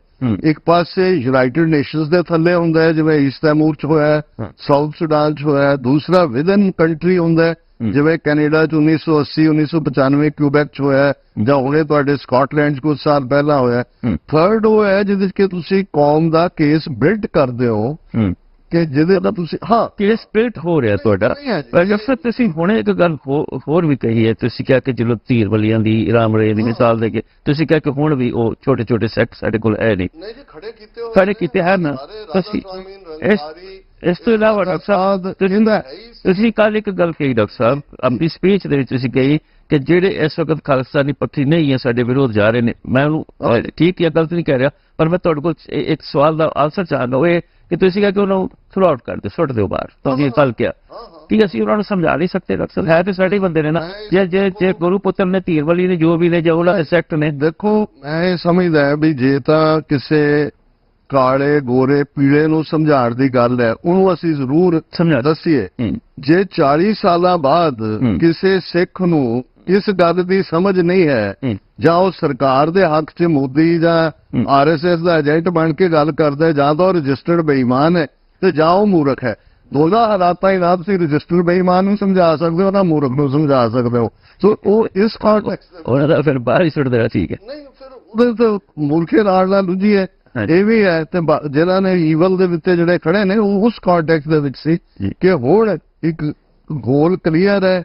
1.5 ਲੱਖ ਤੋਂ ਜ਼ਿਆਦਾ ਸਿੰਘਾਂ ਸਿੰਘਣੀਆਂ ਨੇ ਜਿਸ ਕਾਜ਼ ਦੇ ਲਈ ਡੋਲਿਆ।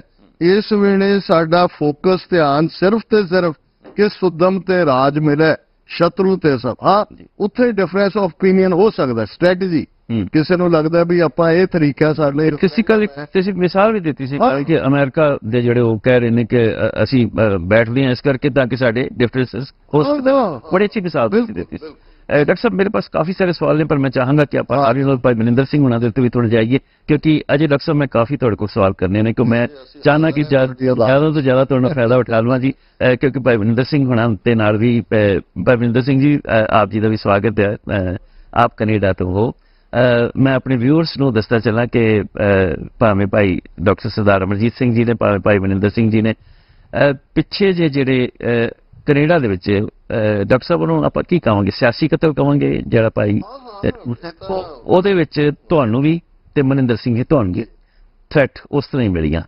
ਮੈਂ ਡਾਕਟਰ ਸਾਹਿਬ ਕੋਲ ਵੀ ਸਵਾਲ ਕਰਾਂਗਾ ਪਰ ਬਾਅਦ ਦੇ ਵਿੱਚ ਪਰ ਤੁਹਾਨੂੰ ਪਹਿਲਾਂ ਕਿਉਂਕਿ ਹੁਣ ਕਾਫੀ ਦੇਰ ਹੋ ਗਈ ਤੁਸੀਂ ਥੋੜਾ ਜਿਹਾ ਸਾਨੂੰ ਇਸ ਗੱਲ ਦਾ ਜਵਾਬ ਦਿਓ ਕਿ ਸਾਰੀਆਂ ਗੱਲਾਂ ਠੀਕ ਹੈ ਕੈਨੇਡਾ ਦੀ ਮੈਂ ਪੋਲੀਟੀਕਲ ਹਾਲਾਤ ਜਿਹੜੇ ਨੇ ਇਸ ਵਕਤ ਜ਼ਰੂਰ ਚਾਹਾਂਗਾ ਪਰ ਜਦੋਂ ਭਾਈ ਹਰਦੀਪ ਸਿੰਘ ਉਹਨਾਂ ਨੂੰ ਕਿਉਂਕਿ ਤੁਸੀਂ ਵੀ ਪੈਰਲ ਸੇਮ ਗੁਰਦੁਆਰਾ ਸਾਹਿਬ ਦੇ ਪ੍ਰਧਾਨ ਹੋ ਉਹ ਵੀ ਇੱਕ ਗੁਰਦੁਆਰਾ ਸਾਹਿਬ ਦੇ ਮਤਲਬ ਦੋਨਾਂ ਇਕੱਠੇ ਹੀ ਤੁਸੀਂ ਚੱਲ ਰਹੇ ਹੋ ਖਿਆਲ ਵੀ ਇਕੱਠੇ ਨੇ ਸਭ ਕੁਝ ਇਕੱਠੇ ਨੇ ਉਹਨਾਂ ਨੂੰ ਥ੍ਰੈਟ ਹੋਇਆ ਤੁਹਾਨੂੰ ਵੀ ਨਾਲ ਥ੍ਰੈਟ ਹੋਇਆ ਮਤਲਬ ਇਹਨਾਂ ਹਾਲਾਤਾਂ ਦੇ ਵਿੱਚ ਤੇ ਕਰ ਸਿੱਖ ਡੋਲਦਾ ਤੇ ਕਦੀ ਵੀ ਨਹੀਂ ਨਾ ਹੀ ਅਸੀਂ ਡੋਲਣਾ ਪਰ ਤੁਸੀਂ ਕੀ ਸੋਚਦੇ ਹੋ ਇੱਦਾਂ ਦੇ ਥ੍ਰੈਟ ਕਰ ਦੇ ਕੇ ਜਾਂ ਇੱਦਾਂ ਦੀਆਂ ਸ਼ਹਾਦਤਾਂ ਦੇ ਨਾਲ ਜੇ ਅਸੀਂ ਇਹ ਸਮਝਦੇ ਹਾਂ ਕਿਉਂਕਿ ਅੱਜ ਟਰੂਡੋ ਦੀ ਵੀ ਉਹ ਹੈ ਨਾ ਡਾਕਟਰ ਸਾਹਿਬ 1 ਸਾਲ ਹੋ ਗਿਆ ਜਦੋਂ ਉਹਨਾਂ ਨੇ ਕਿਹਾ ਸੀਗਾ ਕਿ ਭਾਈ ਹਰਦੀਪ ਸਿੰਘ ਜੀ ਦੇ ਜਦੋਂ ਉਹਨਾਂ ਦਾ ਕਤਲ ਜਿਹੜਾ ਬਕਾਇਦਾ ਪਾਰਲੀਮੈਂਟ 'ਚ ਕਰ ਪਿਛਲੀ ਵਾਰੀ ਦਵਿੰਦਰਜੀਤ ਸਿੰਘ ਜੀ ਜਦੋਂ ਇੱਥੇ ਤੁਹਾਡੇ ਸਾਹਮਣੇ ਬੈਠੇ ਸਨ ਉਹਨਾਂ ਨੂੰ ਇੰਟਰਵਿਊ ਕਰ ਰਿਹਾ ਸੀਗਾ ਉਹਨਾਂ ਨੇ ਕਿਹਾ ਸੀਗਾ ਕਿ ਇਹ ਡਰਾਮੈਟਿਕ ਨਾਟਕੀ ਜਿਹਾ ਹੋ ਤੁਰਿਆ ਨਾਟਕੀ ਜਿਹਾ ਇਸ ਕਰਕੇ ਹੋ ਤੁਰਿਆ ਕਿਉਂਕਿ ਉਸ ਤੋਂ ਬਾਅਦ ਸਾਲ ਬੀਤ ਗਿਆ ਕਿਸੇ ਨੂੰ ਕੋਈ ਸਜ਼ਾ ਨਹੀਂ ਹੋਈ ਐਵੇਂ 4-5-6 ਮੁੰਡੇ ਪਕੜ ਕੇ ਕਰ ਦਿੱਤੇ ਯਾਨੀ ਕਿ ਭਾਰਤ ਦੀ ਸਰਕਾਰ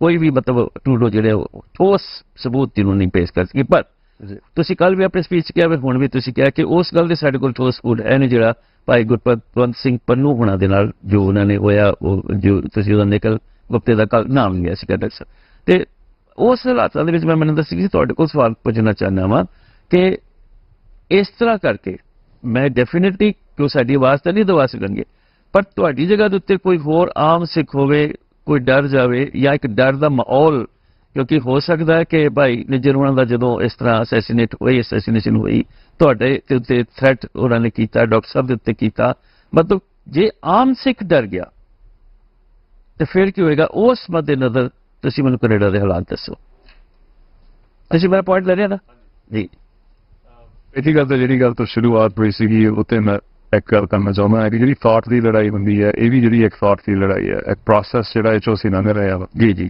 ਥਾਟ ਦੀ ਲੜਾਈ ਤਾਂ 500 ਸਾਲ ਪੁਰਾਣੀ ਇੱਕ ਓਮਕਾਰ ਦੇ ਜ਼ਿਕਰ ਦੇ ਨਾਲ ਹੀ ਸਾਡੀ ਥਾਟ ਦੀ ਲੜਾਈ ਡਾਕਟਰ ਸਾਹਿਬ ਨੇ ਕਲੀਅਰ ਕਰ ਸਕਦਾ ਉਹਦੇ ਵਿੱਚ ਜਿਹੜੀ ਕਲੈਰਿਟੀ ਮੈਂ ਲਿਆਉਣਾ ਚਾਹੁੰਦਾ ਕਿ ਜਦੋਂ ਤੁਹਾਡੀ ਇਹ ਜੰਗ ਥਾਟ ਪ੍ਰੋਸੈਸ ਤੇ ਸ਼ੁਰੂ ਹੁੰਦੀ ਹੈ ਉਹਦੇ ਹੀਲੇ ਵਸੀਲੇ ਜਿਹੜੇ ਆ ਉਹ ਵੇ ਪੰਥਕ ਰੀਤ ਰਵਾਇਤ ਮੁਤਾਬਕ ਸਾਰੇ ਤੁਹਾਡੇ ਲਈ ਖੁੱਲੇ ਆ ਜੀ ਉਹਦੇ ਵਿੱਚ ਤੁਹਾਡੀ ਪੋਲੀਟੀਕਲ ਲੜਾਈ ਤੁਹਾਡੀ ਉਹਦੇ ਵਿੱਚ ਡਿਬੇਟ ਦੀ ਲੜਾਈ ਤੁਹਾਡੀ ਉਹਦੇ ਵਿੱਚ ਹਥਿਆਰਬੰਦ ਸੰਘਰਸ਼ ਦੀ ਲੜਾਈ ਉਹ ਸਾਰੀਆਂ ਚੀਜ਼ਾਂ ਪੰਥ ਦੇ ਮੋਹਰੇ ਪਈਆਂ ਹਨ ਜੀ ਪੰਥ ਨੇ ਡਿਸਾਈਡ ਕਰਨਾ ਹੈ ਤੇ ਬੰਦੇ ਇਹ ਵੀ ਕਹਿੰਦੇ ਕਿ ਪੰਥ ਦੇ ਵਿੱਚ ਕੌਣ ਡਿਸਾਈਡ ਕਰੂਗਾ ਜਿਹੜੇ ਬੰਦੇ ਮੈਦਾਨ ਦੇ ਵਿੱਚ ਆ ਉਹ ਡਿਸਾਈਡ ਕਰਨਗੇ ਜੀ ਜਿਹੜੇ ਬੰਦੇ ਸਾਈਡ ਤੇ ਬੈਠ ਕੇ ਦੇਖ ਰਹੇ ਆ ਜਾਂ ਤਮਾਸ਼ਾ ਦੇਖ ਰਹੇ ਆ ਜਾਂ ਸਾਡੀਆਂ ਲੱਤਾਂ ਖਿੱਚ ਰਹੇ ਆ ਉਹਨਾਂ ਦੀ ਉੱਥੇ ਜਿੱਦਾਂ ਡਾਕਟਰ ਸਾਹਿਬ ਨੇ ਗੱਲ ਕੀਤੀ ਸੀਗੀ ਸਾਡੀ ਹਾਲ ਦੀ ਘੜੀ ਕੋਈ ਪਰਵਾਹ ਨਹੀਂ ਹੈਗੀ ਕਿ ਉਹਨਾਂ ਦੀ ਓਪੀਨੀਅਨਸ ਕੀ ਆ ਜਦੋਂ ਉਹ ਮੈਦਾਨ ਦੇ ਵਿੱਚ ਆਉਗੇ ਜਿੱਦਾਂ ਤੁਸੀਂ ਮੇਰੇ ਤੇ ਗੱਲ ਰੱਖੀ ਤੇ ਡਾਕਟਰ ਸਾਹਿਬ ਤੇ ਗੱਲ ਰੱਖੀ ਹੈ ਕਿ ਤੁਹਾਨੂੰ ਜਾਨਲੇਵਾ ਹਮਲੇ ਤੋਂ ਵਾਰਨਿੰਗਸ ਭਾਈ ਸਾਹਿਬ ਨੂੰ FBI ਤੋਂ ਮੈਨੂੰ ਤੇ ਹੋਰ ਸਿੰਘਾਂ ਨੂੰ ਕੈਨੇਡਾ ਦੇ ਵਿੱਚ ਉਹਨਾਂ ਨੂੰ ਕੈਨੇਡੀਅਨ ਨੈਸ਼ਨਲ ਸਿਕਿਉਰਿਟੀ ਏਜੰਸੀਜ਼ ਵੱਲੋਂ ਜਦੋਂ ਸਾਨੂੰ ਮਿਲੀਆਂ ਆ ਅਸੀਂ ਕਰਕੇ ਇੱਕ ਸਪੇਸ ਦੇ ਵਿੱਚ ਆ ਸਾਡੇ ਆਲੇ ਦੁਆਲੇ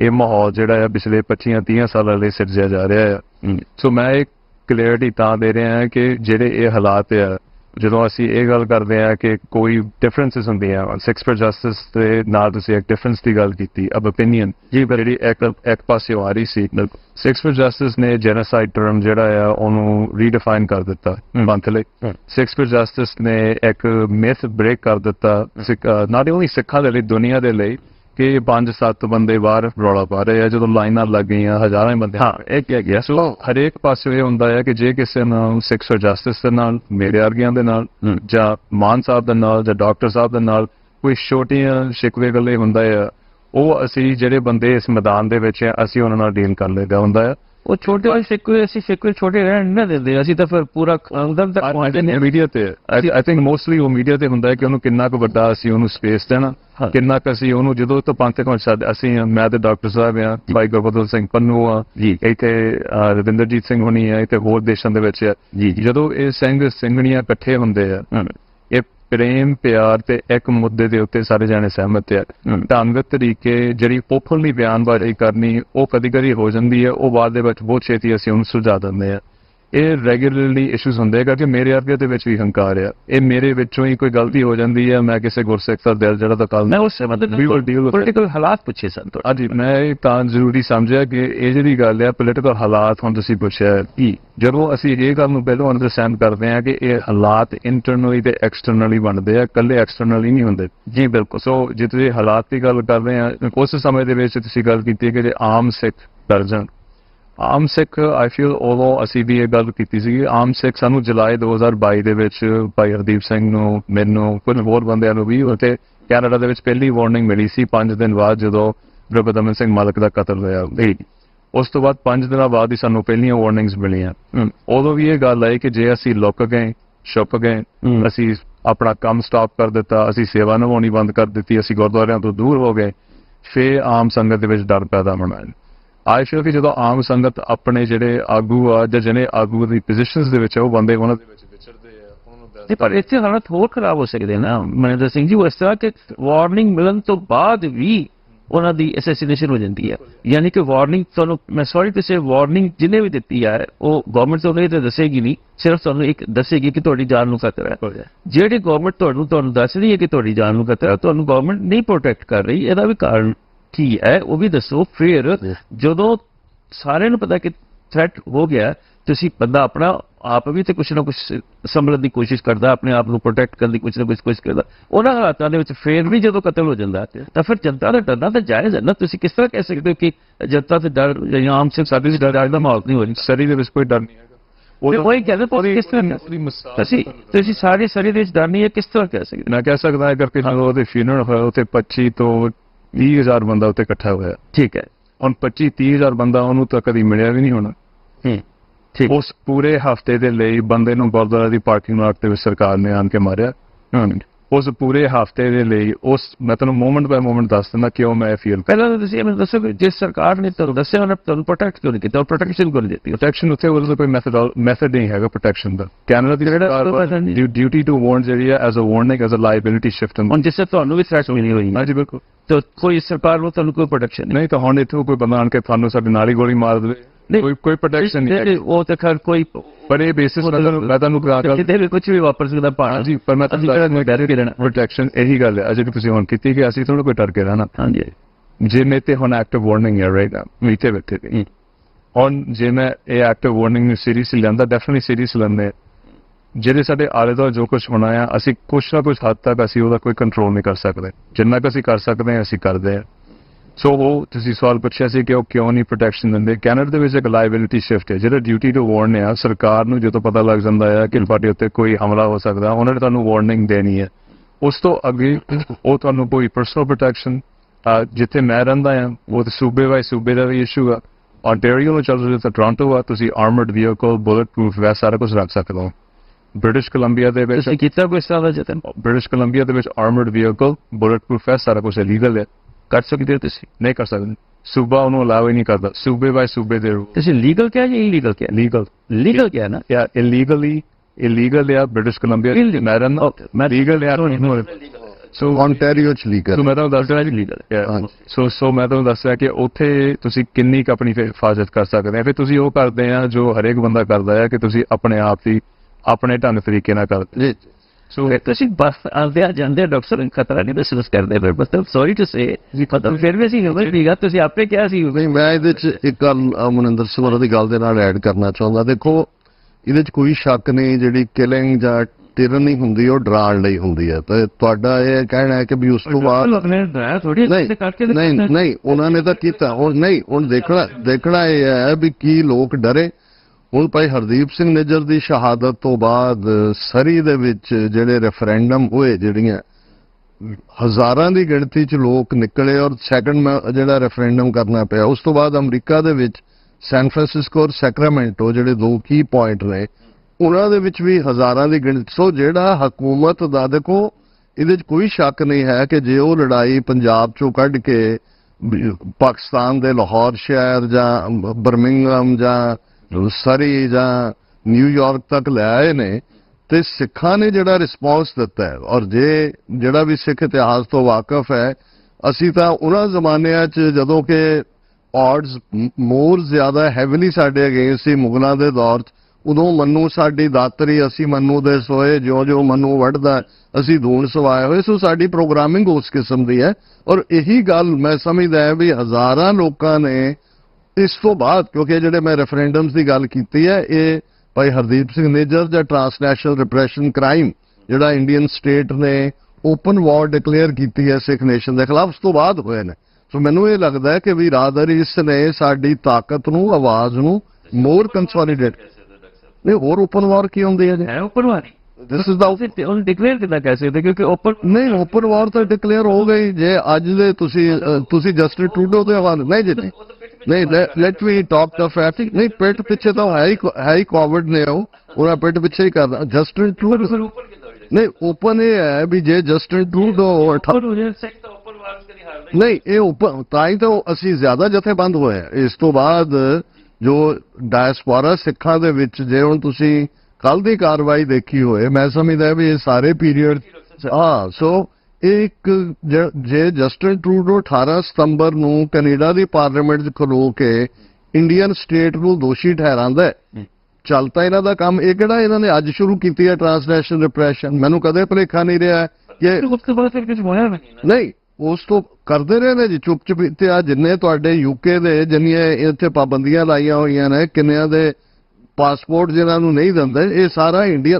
ਤੁਸੀਂ ਦੇਖੋ ਈਵਨ ਅਵਤਾਰ ਸਿੰਘ ਖੰਡਾ ਦੇ ਹਵਾਲੇ ਨਾਲ ਕਿੰਨੇ ਕੁ ਲੋਕਾਂ ਨੂੰ ਪਤਾ ਹੈ ਕਿ 2014 ਚ ਮੋਦੀ ਪ੍ਰਾਈਮ ਮਿਨਿਸਟਰ ਬਣਦਾ ਹੈ, 2015 ਚ ਪਹਿਲੀ ਵਾਰ ਯੂਕੇ ਆਉਂਦਾ ਹੈ। ਜਿਹੜਾ ਡੋਜ਼ੀਅਰ ਇੰਡੀਅਨ ਗਵਰਨਮੈਂਟ ਉਸ ਵੇਲੇ ਯੂਕੇ ਦੇ ਪ੍ਰਾਈਮ ਮਿਨਿਸਟਰ ਨੂੰ ਦਿੰਦੀ ਹੈ, ਉਹਦੇ ਚ ਅਵਤਾਰ ਸਿੰਘ ਖੰਡਾ ਦਾ ਨਾਂ ਹੈ। ਹੁਣ ਮਤਲਬ ਇਸ ਦਾ ਮਤਲਬ ਇਹ ਹੈ ਕਿ ਇਸ ਸਾਰੇ ਪੀਰੀਅਡ ਦੇ ਵਿੱਚ ਜਿਹੜਾ ਇਹਨਾਂ 40 ਸਾਲਾਂ 'ਚ ਉਹਨਾਂ ਨੇ ਬਾਹਰ ਇਨਫਲੂਐਂਸ ਕੀਤਾ ਪਾਲਿਸੀ ਨੂੰ, ਸਟੇਟਸ ਨੂੰ। ਔਰ ਜੇ ਅਸੀਂ ਹੋਪ ਕਰਦੇ ਹਾਂ ਕਿ ਨਵੀਂ ਹਕੂਮਤ ਬਣੀ ਹੈ ਤੁਹਾਡੇ ਮੁਲਕ ਦੇ ਵਿੱਚ, ਇੱਕ ਓਪਨ ਕਮਿਸ਼ਨ ਜਿਹੜਾ ਇਹ ਸਾਰੇ 'ਚ ਕਿ ਯੂਕੇ ਸਰਕਾਰ ਦਾ ਕੀ ਰੋਲ ਰਿਹਾ ਮਾਰਗਰੇਟ ਥੈਚਰ ਤੋਂ ਲੈ ਕੇ ਇਹ ਤੁਹਾਡੇ ਰਿਸ਼ੀ ਸੁਨਕ ਤੱਕ, ਇਸ ਤੋਂ ਸਾਹਮਣੇ ਆਏਗਾ। ਲੇਕਿਨ ਉਹਨਾਂ ਨੇ ਉਹ ਸਾਰਾ ਤਾਂ ਇੰਟਰਫੀਅਰ ਕੀਤਾ ਹੀ ਕੀਤਾ, ਪਰ ਹੁਣ ਉਹਨਾਂ ਨੇ ਆਪਣੇ ਕਿਲਿੰਗ ਸਕੁਆਡ ਰਾਹੀਂ ਔਰ ਜਿਹੜੀ ਇੰਡਾਈਟਮੈਂਟ ਨਿਖਿਲ ਗੁਪਤਾ ਦੇ ਖਿਲਾਫ 30 ਜੂਨ ਨੂੰ ਫਾਈਲ ਕੀਤੀ ਜਾਂਦੀ ਹੈ ਨਿਊਯਾਰਕ ਡਿਸਟ੍ਰਿਕਟ ਕੋਰਟ, ਜਿਹਨੂੰ ਨਵੰਬਰ ਮਹੀਨੇ 'ਚ ਅਨਸੀਲ ਕੀਤਾ ਜਾਂਦਾ, ਉਹਦੇ 'ਚ ਬੜਾ ਕਲੀਅਰਲੀ ਕਿ ਕਿਵੇਂ ਈਵਨ ਵਾਸ਼ਿੰਗਟਨ ਪੋਸਟ ਜਿਹੜੀ ਇੱਕ ਕਿਸਮ ਦੀ ਸਪੋਕਸਪਰਸਨ ਹੈ ਯੂਐਸ ਕਾਂਗਰਸ ਦੀ, ਉਹਨਾਂ ਨੇ ਵਿਕਰਮ ਯਾਦਵ ਨਾਂ ਦਾ ਰॉ ਅਫੀਸ਼ੀਅਲ ਔਰ ਟਵਾਈਸ ਜਿਹੜਾ ਅਮਰੀਕਾ ਦੇ ਵਿੱਚ ਜਿਹੜਾ ਇਸ ਕਿਸਮ ਦਾ ਜਿਹੜਾ ਵਾਕਿਆ ਨੂੰ ਲੈ ਕੇ ਉਹਨਾਂ ਨੇ ਸਾਡੀਆਂ ਜਥੇਬੰਦੀਆਂ ਦੇ ਨਾਲ ਨੁਮਾਇੰਦਿਆਂ ਨਾਲ ਮੁਲਾਕਾਤ ਕੀਤੀ FBI ਹੈੱਡਕੁਆਰਟਰ। ਕਿਵੇਂ FBI ਦਾ ਹੈੱਡ ਉਹਨਾਂ ਦਾ ਨੈਸ਼ਨਲ ਸਿਕਿਉਰਿਟੀ ਐਡਵਾਈਜ਼ਰ ਦੂਜੇ ਤੀਜੇ ਇੰਡੀਆ ਨੂੰ ਆਫ ਦਾ ਹੁੱਕ ਨਹੀਂ ਕੀਤਾ ਹੋਇਆ। ਇੰਨਾ ਕੁਝ ਹੋ ਜਾਣ ਦੇ ਬਾਵਜੂਦ ਵੀ ਕਿਸੇ ਨੂੰ ਜਿਸ ਤਰ੍ਹਾਂ ਅਮਰੀਕਾ ਜਗ੍ਹਾ ਜਗ੍ਹਾ ਪਾਬੰਦੀਆਂ ਲਗਾ ਦਿੰਦਾ ਆਪਣੀ ਦੇਸ਼ਾਂ ਦੇ ਵਿੱਚ ਜੀ, ਇੰਡੀਆ ਉੱਪਰ ਕੋਈ ਪਾਬੰਦੀ ਕਿਸੇ ਦੇਸ਼ ਨਹੀਂ। ਦੇਖੋ ਡਾਕਟਰ ਸਾਹਿਬ, ਇਹ ਹੈਗਾ ਹਰ ਇੱਕ ਸਿਸਟਮ ਹੈ। ਹੁਣ ਨਿਖਿਲ ਗੁਪਤਾ ਨੂੰ ਚੈੱਕ ਰਿਪਬਲਿਕ 30 ਜੂਨ ਨੂੰ ਰਿਟੇਨ ਕਰ ਲਿਆ, ਨਹੀਂ ਪਰ ਇਹਨੂੰ 1 ਸਾਲ ਲੱਗਾ ਕਿਉਂਕਿ ਉਹਨਾਂ ਦੇ 4 ਸਟੈਪ ਸੀ, ਕੋਰਟ ਸੀ, ਫਿਰ ਉਹਨਾਂ ਦਾ ਕੰਸਟੀਟਿਊਸ਼ਨਲ ਕੋਰਟ ਸੀ, ਫਿਰ ਜਸਟਿਸ ਸੀ, ਪਰ ਫਾਈਨਲੀ ਲੈ ਆਏ। ਨਹੀਂ, ਹੁਣ ਉਹਦੇ ਖਿਲਾਫ ਟ੍ਰਾਇਲ ਸ਼ੁਰੂ ਹੋਣਾ ਸੀ 13 ਸਤੰਬਰ ਨੂੰ, ਅਕਤੂਬਰ ਦੇ ਵਿੱਚ। ਮਤਲਬ ਉਸ ਤੋਂ ਬਾਅਦ ਮਤਲਬ ਸਾਰੇ ਦੁਨੀਆ ਨੂੰ ਪਤਾ ਲੱਗ ਗਿਆ ਕਿ ਫੇਰ ਕੀ ਹੋਏਗਾ ਭਾਰਤ ਦੇ ਨਾਲ। ਦੇਖੋ ਅਸੀਂ ਹੋਪ ਕਰਦੇ ਹਾਂ ਔਰ ਇਹਦੇ ਲਈ ਅਸੀਂ ਕੋਈ ਸੁੱਤੇ ਨਹੀਂ ਹੋਏ, ਇਹਨਾਂ ਦੇ ਨਾਲ ਰੈਗੂਲਰ ਸਾਡੀਆਂ ਜਥੇਬੰਦੀਆਂ ਰਾਬਤੇ 'ਚ ਨੇ। ਅਸੀਂ ਸਮਝਦੇ ਹਾਂ ਵੀ ਸਾਡੀ ਜਿਹੜੀ ਗੱਲ ਤੁਸੀਂ ਕਹੀ ਹੈ ਕਿ ਇੰਡੀਆ ਨੂੰ ਐਜ਼ ਏ ਰੋਗ ਸਟੇਟ ਡਿਕਲੇਅਰ ਕਰਨਾ, ਸੈਂਕਸ਼ਨਸ ਲਾਣੀ ਹੈ, ਜੋ ਕੁਛ ਇਹਨਾਂ ਨੇ ਰਸ਼ੀਅਨ ਔਰ ਦੂਸਰੇ ਕੰਟੈਕਟ 'ਚ ਕਰਦੇ ਨੇ। ਔਰ ਇਸ ਦੇ ਲਈ ਇੰਡੀਆ ਨੂੰ ਆਫ ਦਾ ਹੁੱਕ ਅਮਰੀਕਾ ਨੇ ਨਹੀਂ ਕਿ ਉਹਨਾਂ ਦਾ ਇੱਕ ਤਾਂ ਜਸਟਿਸ ਸਿਸਟਮ ਹੈ ਜਿਹੜਾ ਆਪਣੇ ਤੌਰ ਤੇ ਚੱਲ ਰਿਹਾ ਹੈ, ਦੂਸਰਾ ਪੋਲੀਟੀਕਲ ਡਿਸੀਜਨ ਹੁੰਦੇ ਨੇ। ਔਰ ਅਸੀਂ ਨਵੰਬਰ 'ਚ ਜਦੋਂ ਕਿ ਚੇਂਜ ਆਫ ਗਾਰਡ ਹੁੰਦਾ ਹੈ ਵਾਈਟ ਹਾਊਸ, ਇਸ ਵੇਲੇ ਇੰਡੀਆ ਨੂੰ ਉਹਨਾਂ ਨੇ ਉਸ ਲਿਸਟ ਦੇ ਵਿੱਚ ਪਾ ਦਿੱਤਾ ਹੈ। ਦੇਖੋ ਅਮਰੀਕਾ ਦੇ 2-3 ਸਿਸਟਮ ਨੇ ਡਿਸੀਜਨ, ਇੱਕ ਤਾਂ ਸਟੇਟ ਡਿਪਾਰਟਮੈਂਟ ਵਾਈਟ ਹਾਊਸ ਹੈ ਜਿਹੜਾ ਪੋਲੀਟੀਕਲ ਡਿਸੀਜਨ ਲੈਂਦਾ ਹੈ, ਇੱਕ ਉਹਨਾਂ ਦਾ ਹਾਈਐਸਟ ਕਮਿਸ਼ਨ ਹੈ ਜਿਹੜਾ ਰਿਕਮੈਂਡ ਕਰਦਾ ਹੈ ਕਿ ਕਿਹੜੇ ਮੁਲਕ ਕੀ ਵਾਇਲੇਸ਼ਨ, ਜਿਹਨੂੰ ਅਸੀਂ US ਸਰਫ ਕਹਿੰਦੇ, United States commission on international, ਹਾਂਜੀ ਚੱਲ ਰਿਹਾ। US ਸਰਫ ਨੇ ਪਿਛਲੇ 3 ਸਾਲਾਂ ਤੋਂ ਇੰਡੀਆ ਨੂੰ ਕੰਟਰੀ ਆਫ ਪਾਰਟਿਕੂਲਰ ਕੰਸਰਨ ਐਲਾਨਿਆ। ਥਰਡ ਜਿਹੜੀਆਂ ਨੇ ਉਹਨਾਂ ਦੀਆਂ ਲਾ ਐਨਫੋਰਸਮੈਂਟ ਏਜੰਸੀਜ਼, ਇਸ ਵੇਲੇ ਬਹੁਤ ਸਾਰੇ ਨਵੀਆਂ ਰਿਕਰੂਟਮੈਂਟਸ ਵੀ ਉਹਨਾਂ ਨੇ ਕੀਤੀਆਂ ਨੇ ਆਲਰੇਡੀ। ਜਿਹੜਾ ਦੋਨੋਂ ਹੀ ਹਾਊਸ ਦੇ ਵਿੱਚ ਵੀ ਔਰ ਸੈਨੇਟ ਦੇ ਵਿੱਚ ਵੀ ਟ੍ਰਾਂਸਨੈਸ਼ਨਲ ਰਿਪਰੈਸ਼ਨ ਬਿੱਲ ਜਿਹੜੇ ਨੇ ਉਹ ਆਲਰੇਡੀ ਦਾਖਲ ਹੋਏ ਹੋਏ ਨੇ, ਪਰ ਕਿਉਂਕਿ ਇੱਕ ਲੈਜਿਸਲੇਟਿਵ ਪ੍ਰੋਸੈਸ ਹੈ, ਡਿਸਕਸ਼ਨਸ ਹੋਣਗੀਆਂ ਔਰ ਉਸ ਦੇ ਵਿੱਚ ਈਵਨ ਕੈਨੇਡਾ ਦੇ ਹਵਾਲੇ ਨਾਲ ਜਿਹੜੀ ਪਬਲਿਕ ਇਨਕੁਆਇਰੀ ਹੋਈ ਜਿਹਦੇ 'ਚ ਉਹਨਾਂ ਨੇ ਰਸ਼ੀਆ, ਚਾਈਨਾ, ਈਰਾਨ ਦੇ ਨਾਲ ਇੰਡੀਆ ਦੀ ਇੰਟਰਫੇਰੈਂਸ, ਉਹ ਸਿਸਟਮ ਇੱਥੇ ਉਸ ਤੋਂ ਗੁਜ਼ਰਦਾ ਹੈ ਔਰ ਆਲਰੇਡੀ ਇੰਡੀਆ ਤੇ ਸੈਂਕਸ਼ਨਸ ਲੱਗਣਗੇ ਉਸੇ ਡਾਇਰੈਕਸ਼ਨ 'ਚ ਹੀ ਜਾ। ਡਾਕਟਰ ਸਾਹਿਬ ਇੱਕ ਸਵਾਲ ਹੈ, ਦੱਸੀ ਮੈਂ ਇੱਕ ਮਿੰਟ ਤੁਹਾਡੇ ਕੋਲ ਆਉਣਾ ਦੁਬਾਰਾ, ਮੈਨੂੰ ਮਾਫੀ ਦਿਓ ਜੀ, ਮੈਂ ਤੁਹਾਡੇ ਨਾਲ ਗੱਲ ਜ਼ਰੂਰ ਕਰਾਂਗਾ। ਮੈਂ ਡਾਕਟਰ ਸਾਹਿਬ ਨੇ ਜਿਹੜੀ ਗੱਲ ਕੀਤੀ ਉਹਦੇ ਵਿੱਚ ਇੱਕ ਸਵਾਲ, ਕਿਉਂਕਿ ਡਾਕਟਰ ਸਾਹਿਬ ਕੱਲ ਤੁਸੀਂ ਇੱਕ ਹੋਰ ਗੱਲ ਕੀਤੀ ਹੈ, ਤੁਸੀਂ ਕਿਹਾ ਕਿ ਸਾਡੇ ਕੋਲ ਕਈ ਇਤਿਹਾਸਿਕ ਮੌਕੇ ਆਏ, ਤੁਸੀਂ ਇਹ ਵੀ ਕਿਹਾ ਕਿ ਹੁਣ ਵੀ ਸਾਡੇ ਕੋਲ ਇੱਕ ਇਤਿਹਾਸ। ਐਬਸੋਲੂਟ, ਮੈਂ ਤੁਹਾਡੀ ਹੁਣ ਤੁਸੀਂ ਗੱਲ ਕੀਤੀ ਹੈ ਨਾ, ਇਹਨੂੰ ਮੈਂ ਇੱਕ ਮੌਕਾ ਸਮਝਦਾ, ਤੁਸੀਂ ਫਿਰ ਅੱਗੇ ਡਿਫਾਈਨ ਕੀਤਾ ਕਰੋਗੇ ਕਿ ਕਿਹੜੇ ਕਿਹੜੇ ਇਤਿਹਾਸਿਕ ਮੌਕੇ। ਉਸ ਵਕਤ 47 ਤੋਂ ਪਹਿਲਾਂ ਤਾਂ ਸਾਨੂੰ ਪਤਾ ਹੈ ਕਿ ਮਾਸਟਰ ਤਾਰਾ ਸਿੰਘ ਨੇ ਜਿਹੜੇ ਸੀ ਇਤਿਹਾਸਿਕ ਮੌਕੇ ਗਵਾ ਲਏ, ਉਹਦੇ ਵਿੱਚ ਤਾਂ ਕੋਈ ਸ਼ੱਕ ਨਹੀਂ, ਪਰ ਆਜ਼ਾਦੀ ਤੋਂ ਬਾਅਦ ਕਿਹੜੇ ਐਸੇ ਇਤਿਹਾਸਿਕ ਮੌਕੇ ਆਏ, ਹੁਣ ਕਿਹੜੇ ਇਤਿਹਾਸਿਕ ਮੌਕੇ ਨੇ ਜਿਹਨਾਂ ਦਾ ਅਸੀਂ, ਜਿਹੜਾ ਤੁਹਾਡਾ ਇਹ ਜਵਾਬ ਹੈ ਸਾਰੀ ਕੌਮ ਨੂੰ ਇੱਕ ਫਾਇਦਾ ਕਰਵਾ ਸਕਦਾ। ਜੀ ਜੀ ਜੀ ਜੀ, ਤੁਸੀਂ ਉਹਨਾਂ ਤੋਂ ਪੁੱਛਣਾ ਚਾਹੁੰਦੇ ਸੀ ਕਿ ਮੈਂ ਹੀ ਤੋਂ? ਅੱਛਾ ਠੀਕ ਹੈ, ਹਾਂ ਤੁਸੀਂ ਦੇ ਸਕੋਗੇ ਜੀ ਜੀ। ਮੈਂ ਦੱਸਿਆ ਮੈਂ ਹੁਣੇ ਆਇਆ। ਦੇਖੋ ਪਹਿਲਾਂ ਤਾਂ ਤੁਸੀਂ ਜਿਹੜਾ 47 ਦੌਰ ਦੀ ਗੱਲ, ਤਾਂ ਹੁਣ ਇਹ ਪਬਲਿਕ ਫੈਕਟ ਹੈ ਕਿ ਸਿੱਖ ਐਜ਼ ਇਟ ਵਾਸ, ਨਹੀਂ ਦੈਟ ਵਾਸ ਏ ਹਿਸਟੋਰੀ, ਉਹ ਜਾ ਰਹੇ ਸੀ।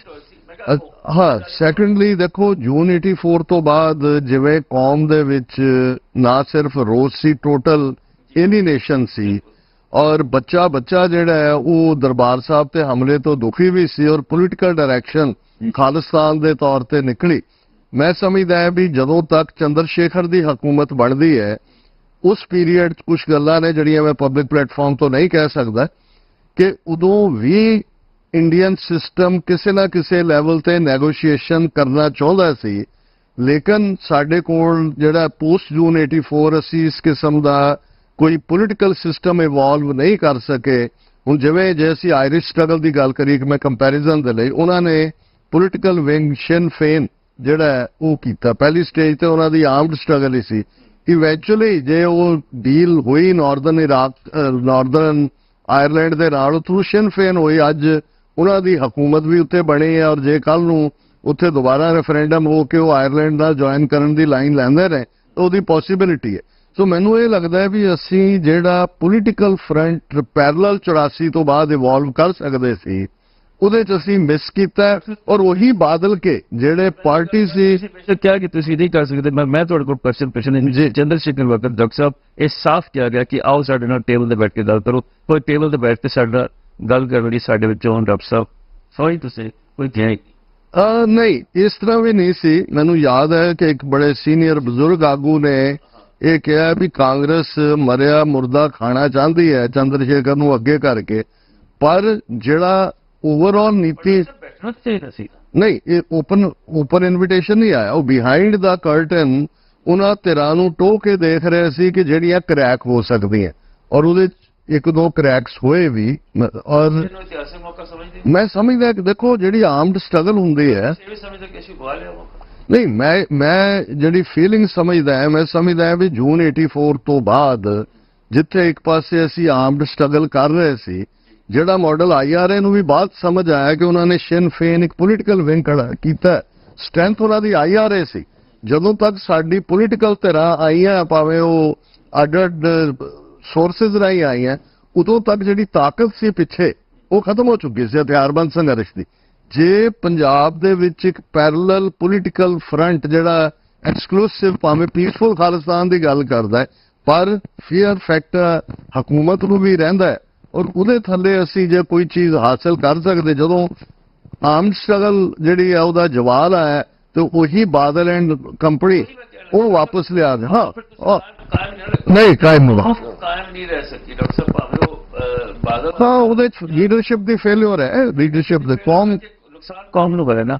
ਤੁਸੀਂ ਇਹਨੂੰ ਕਹਿੰਦੇ ਹੋ ਕਿ ਇਹ ਅਸੀਂ ਇਹ ਨਹੀਂ ਮੈਂ ਸਮਝਦਾ ਵੀ ਹਾਂ ਇਸ ਤੋਂ ਇਲਾਵਾ ਤੁਸੀਂ ਕਹਿੰਦੇ ਹੋਰ ਵੀ ਸਾਡੇ ਕੋਲ ਇਤਿਹਾਸਕ ਮੌਕਾ ਹੈ। ਹਾਂ ਬਿਲਕੁਲ ਹਾਂ ਜੀ ਹਾਂ ਉਹ ਔਰ ਇਹ ਦੱਸੋ ਅਸੀਂ ਕਿੱਦਾਂ ਮੌਕਾ ਉਠਾ ਸਕਦੇ ਹਾਂ ਜੇ ਨਹੀਂ ਉਠਾਣੇ ਤਾਂ ਦੇਖੋ ਉਹਦੇ 'ਚ ਹਾਂ ਉਹਦੇ 'ਚ ਦੇਖੋ ਇਹ ਹੈ ਕਿ ਜਦੋਂ ਵੀ ਅਸੀਂ ਨਿਊ ਮੈਪ ਮੇਕਿੰਗ ਦੇਖਦੇ ਹਾਂ ਦੁਨੀਆ ਦੇ ਮੁਲਕਾਂ 'ਚ first world war Middle East ਦੇ ਲਈ ਇੱਕ ਸੁੱਖ ਸੁਨੇਹਾ ਲੈ ਕੇ ਆਇਆ 700 ਸਾਲ ਬਾਅਦ ਆਟੋਮੈਨ ਅੰਪਾਇਰ ਚੋਂ ਨਿਕਲ ਕੇ ਭਾਵੇਂ ਉਹ with the notch of the pen ਮੁਲਕ ਕ੍ਰੀਏਟ ਹੋਏ ਪਰ ਅਸੀਂ ਇਹ ਸਮਝਦੇ ਹਾਂ ਕਿ ਜਿਓ ਪੋਲਿਟਿਕਸ ਇੰਪੋਰਟੈਂਟ ਫੈਕਟਰ ਹੁੰਦਾ ਹੈ ਜਿਹਦੇ ਵਿੱਚ ਕਿ ਜਿਹੜੀ ਹੈ ਨਿਊ ਮੈਪ ਮੇਕਿੰਗ ਕਨਫਰੰਟੇਸ਼ਨ ਦੇ ਬੇਸ ਦੇ ਉੱਤੇ ਹੀ ਹੁੰਦੀ ਹੈ।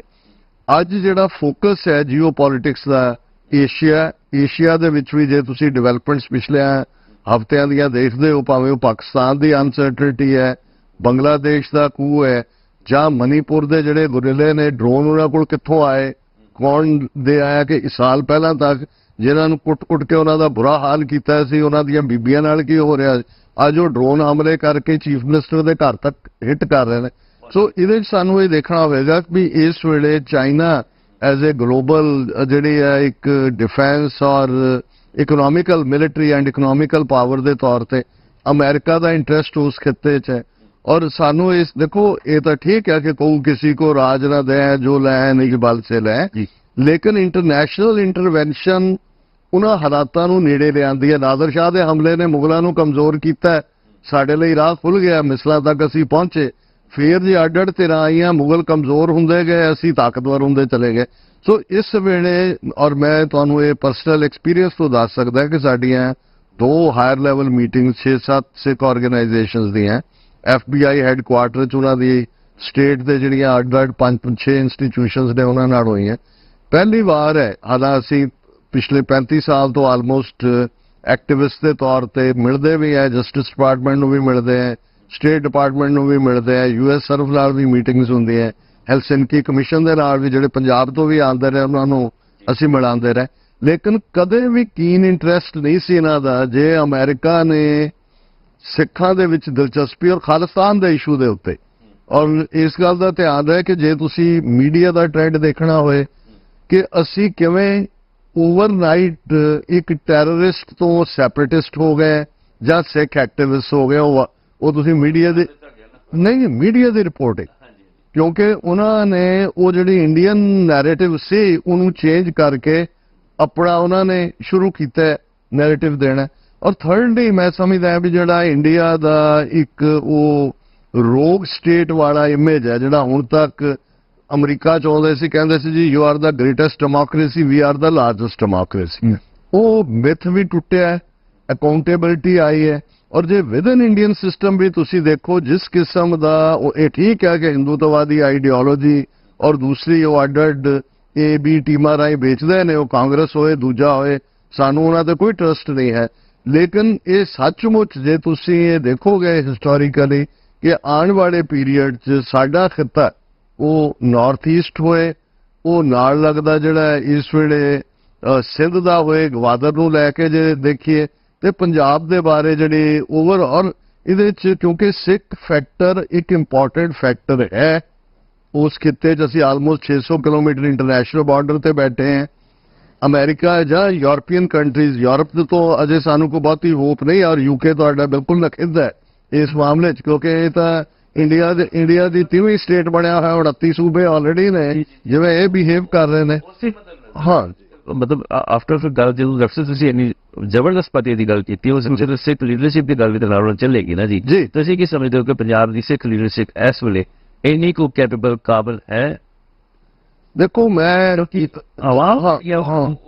ਦੇਖੋ ਅੱਗੇ ਤਾਂ ਜਾਂ ਲੀਡਰਸ਼ਿਪ ਆਪਾਂ ਚੇਂਜ ਨਹੀਂ ਕਰੇ ਕਿਉਂਕਿ 11-12 ਸਾਲ ਹੋ ਗਏ ਆ ਸ਼੍ਰੋਮਣੀ ਗੁਰਦੁਆਰਾ ਪ੍ਰਬੰਧਕ ਕਮੇਟੀ ਦੀ ਚੋਣਾਂ ਨਹੀਂ ਹੋਈਆਂ ਅਕਾਲ ਤਖਤ ਸਾਹਿਬ ਦੀ ਸਥਿਤੀ ਨੂੰ ਹਾਸੀ ਉਮੀਦ ਬਣਾ ਕੇ ਰੱਖ ਦਿੱਤਾ ਕੌਮ ਨੂੰ ਇਸ ਵਕਤ ਮਤਲਬ ਇੱਕ ਕਿਸਮ ਦਾ ਜੇ ਕਹਿ ਲਈ ਸੋ ਕੋਈ ਲੀਡਰ ਨਹੀਂ ਲੱਭ ਰਿਹਾ ਜਾਂ ਲੀਡਰ ਨਹੀਂ ਮਿਲ ਰਿਹਾ ਔਰ ਸਥਿਤੀ ਕਦੀ ਉਹ ਪੁੱਛੇਜ ਪਾ ਰਹੇ ਨੇ ਕਦੀ ਤਨਖਾਹੀਆਂ ਕਰਾਰ ਦੇ ਰਹੇ ਨੇ ਏਦਾਂ ਦੀਆਂ ਨੌਨਸੈਂਸ ਗੱਲਾਂ ਜਿਹੜੀਆਂ ਇਸ ਵਕਤ ਉਹਦੇ ਦੇਖੋ ਡਾਕਟਰ ਸਾਹਿਬ ਉਸ ਵਕਤ ਜੋ ਤੁਹਾਡੀ ਗੱਲ ਐਡ ਹੋ ਰਹੀ ਸੀ ਇੰਨੀ ਜ਼ਬਰਦਸਤ ਹੈ ਉਹ ਕਾਮਯਾਬ ਹੋ ਜੀ। ਦੇਖੋ ਦੋ ਐਸਪੈਕਟ ਨੇ ਇੱਕ ਗੱਲ ਮੈਨੂੰ ਕਲੀਅਰ ਹੈ ਵੀ ਲੀਡਰਸ਼ਿਪ ਜਿਹਨੇ ਫਾਈਨਲੀ ਨੈਗੋਸ਼ੀਏਟ ਵੀ ਕਰਨਾ ਹੈ ਔਰ ਜਿਨ੍ਹਾਂ ਦੇ ਨਾਲ ਡੀਲ ਵੀ ਕਰਨਾ ਹੈ ਉਹ ਜਦੋਂ ਵੀ ਇੰਟਰਨੈਸ਼ਨਲ ਪਾਵਰਸ ਖਾਸ ਤੌਰ ਤੇ ਅਮਰੀਕਾ ਉਸ ਨੂੰ ਜਿਹੜਾ ਹੈ ਉਹ ਇਸ ਪਾਸੇ ਆਇਆ ਉਹ ਡਾਇਸਪੋਰਾ ਦੀ ਲੀਡਰਸ਼ਿਪ ਹੀ ਹੋਏਗੀ। ਪਹਿਲੀ ਗੱਲ ਇਹ ਬੜੀ ਕਲੀਅਰ ਹੋਣੀ। ਪੰਜਾਬ ਦੀ ਧਰਤੀ ਦੇ ਉੱਤੇ ਸੰਤ ਜਰਨੈਲ ਸਿੰਘ ਖਾਲਸਾ ਪਿੰਡਾਂ ਵਾਲਿਆਂ ਨੂੰ ਜੇ ਉਹਨਾਂ ਨੇ ਐਲੀਮੀਨੇਟ ਕੀਤਾ, ਸ਼ਹੀਦ ਕੀਤਾ, ਇਸ ਲਈ ਕਿਉਂਕਿ ਉਹਨਾਂ ਦੇ ਵਿੱਚ ਉਹ ਜਜ਼ਬਾ, ਉਹ ਫਾਰਸਾਈਟਡਨੈਸ ਜਾਂ ਉਹ ਯੂਨੀਫਾਈਂਗ ਫੈਕਟਰ ਸੀ। ਉਸ ਤੋਂ ਬਾਅਦ ਉੱਥੇ ਉਸ ਕਿਸਮ ਦੇ ਹੀ ਬੌਣੇ ਡਵਾਰਫ ਮਿਜਟ ਘੁੰਮਣਗੇ, ਇਹਨਾਂ ਨੂੰ ਰਹਿਣ ਦਿੱਤਾ ਜਾਏਗਾ। ਔਰ ਈਵਨ ਜਿੱਤੋਂ ਉਹਨਾਂ ਨੂੰ ਥੋੜਾ ਬਹੁਤ ਖੌਫ ਵੀ ਹੁੰਦਾ ਹੈ। ਹਾਲਾਂਕਿ ਦੀਪ ਸਿੱਧੂ ਜਾਂ ਭਾਈ ਅੰਮ੍ਰਿਤਪਾਲ ਸਿੰਘ ਕੋਈ ਉਹਨਾਂ ਨੇ ਲੰਬਾ ਵਕਤ ਆਪਣਾ ਕੋਈ ਜ਼ੋਰ ਜਾਂ ਜਲਵਾ ਨਹੀਂ ਦਿਖਾਇਆ, ਪਰ ਉਹਨਾਂ ਦੀ ਜਿਹੜੀ ਸਪਾਰਕ ਸੀ ਉਹਨੇ ਇੰਡੀਅਨ ਸਟੇਟ ਨੂੰ ਇੰਨਾ ਕਿ ਇਨਸਿਕਿਉਰ ਕੀਤਾ ਕਿ ਉਹਨਾਂ ਦਾ ਵੀ ਮਰਡਰ ਕੀਤਾ। ਸਿੱਧੂ ਮੂਸੇਵਾਲਾ ਇੱਕ ਗਾਇਕ, ਕਿਉਂਕਿ ਦੇਖੋ ਇਹ ਜੋ ਕੁਝ ਅੱਜ ਟ੍ਰਾਂਸਨੈਸ਼ਨਲ ਰਿਪਰੈਸ਼ਨ ਕ੍ਰਾਈਮ ਦੇ ਰੂਪ ਚ ਵਾਪਰਨਾ ਸ਼ੁਰੂ ਹੋਇਆ ਹੈ, ਇਹਦੀ ਸਕ੍ਰਿਪਟ ਉਸ ਦਿਨ ਲਿਖੀ ਗਈ ਸੀ। ਇੱਕ ਤਾਂ ਚੱਲ ਹੀ ਰਿਹਾ ਸੀ ਪਿਛਲੇ 40 ਸਾਲ, ਜਿੱਦਨ 13 ਮਹੀਨੇ ਦੇ ਕਿਸਾਨ ਮੋਰਚੇ ਤੋਂ ਬਾਅਦ 3 ਖੇਤੀ ਕਾਨੂੰਨ ਵਾਪਸ ਲੈਣ ਤੇ ਮਜਬੂਰ ਹੋਏ। ਉਹਨਾਂ ਨੇ ਦੇਖਿਆ ਕਿ ਭਾਈ ਇਹ ਡਾਇਸਪੋਰਾ ਸਿੱਖ ਪਿੱਛੇ ਖੜਾ ਹੈ ਔਰ ਉਹਨਾਂ ਨੂੰ ਵੀ ਟਾਰਗੇਟ ਕੀਤਾ। ਪਲੱਸ ਤੁਸੀਂ ਦੇਖੋਗੇ ਕਿ ਪੰਜਾਬੀ ਦੇ ਹਾਲਾਂ ਉਹਨਾਂ ਦਾ ਬੜਾ ਮਾਰਜਨਲ ਰੋਲ ਸੀ, ਜਿਹੜੇ ਕਲਾਕਾਰ ਨਿਕਲੇ। ਡਾਕਟਰ ਸਾਹਿਬ ਜੇ ਮਤਲਬ ਕੋਈ ਵੀ ਅੱਗੇ ਆਵੇਗਾ, ਭਾਈ ਅੰਮ੍ਰਿਤਪਾਲ ਸਿੰਘ ਦੀ ਤੁਸੀਂ ਗੱਲ ਕੀਤੀ ਜਾਂ ਕਿਸੇ ਵੀ ਕੋਈ ਵੀ ਦੀ ਭਾਵੇਂ ਸਪਾਰਕ ਕੀਤੀ ਸੀ ਕਿ ਉਹ ਜਿਸ ਤਰ੍ਹਾਂ ਹੀ ਅੱਗੇ ਆਏਗਾ ਜਾਂ ਉਹਨੂੰ ਮਾਰਤਾ ਜਾਏਗਾ ਜਾਂ ਹੁਣ ਜੇਲ੍ਹ ਚ ਬੰਦ ਕਰ ਦਿੱਤਾ ਜਾਏਗਾ, ਤੇ ਫਿਰ ਲੀਡਰਸ਼ਿਪ ਕਿੱਥੋਂ ਪੈਦਾ ਹੋਵੇਗੀ? ਕੋਈ ਹੀ ਆਏਗਾ ਇਹਨਾਂ ਦੀ ਜਗ੍ਹਾ ਤੇ। ਕੱਲ ਨੂੰ ਕੋਈ ਹੋਰ ਆਉਂਦਾ। ਹੁਣ ਉਹਨਾਂ ਨੂੰ ਜਿਹੜੀ ਇਸ ਵਕਤ ਦੀ ਲੀਡਰਸ਼ਿਪ ਹੈ, ਜੋ ਕੇਸ ਵਰਕ ਕਰ ਰਹੀ ਹੈ ਇਸ ਵਕਤ, ਕਿਸੇ ਨੂੰ ਕੋਈ ਇਤਰਾਜ਼ ਨਹੀਂ ਹੈ। ਮਤਲਬ ਕੌਮ ਵੀ ਜਿਹੜੀ ਹੈ ਬੇਵਸੀ ਹੋ ਕੇ ਰਹਿ ਗਈ ਹੈ। ਤੇ ਡਾਕਟਰ ਸਾਹਿਬ ਤੁਸੀਂ ਨਵੀਂ ਲੀਡਰਸ਼ਿਪ ਦੀ ਗੱਲ ਕਰਦੇ ਹੋ ਜਿਹਨੂੰ ਆਉਣ ਵੀ ਨਹੀਂ ਦਿੱਤਾ ਜਾ ਰਿਹਾ, ਕਿਉਂਕਿ ਆਫਟਰ ਆਲ ਤੁਹਾਡਾ ਮੱਥਾ ਇੱਕ ਗਵਰਨਮੈਂਟ ਨਾਲ ਹੈ ਡਾਕਟਰ ਸਾਹਿਬ, ਇੱਕ ਦੇਸ਼ ਨਾਲ, ਮੁਲਕ ਨਾਲ ਹੈ। ਸੌਰੀ ਟੂ ਸੇ, ਮਤਲਬ ਲੜਾਈ ਤਾਂ ਤੁਹਾਡੀ ਇੱਕ ਮੁਲਕ ਨਾਲ ਨੇ।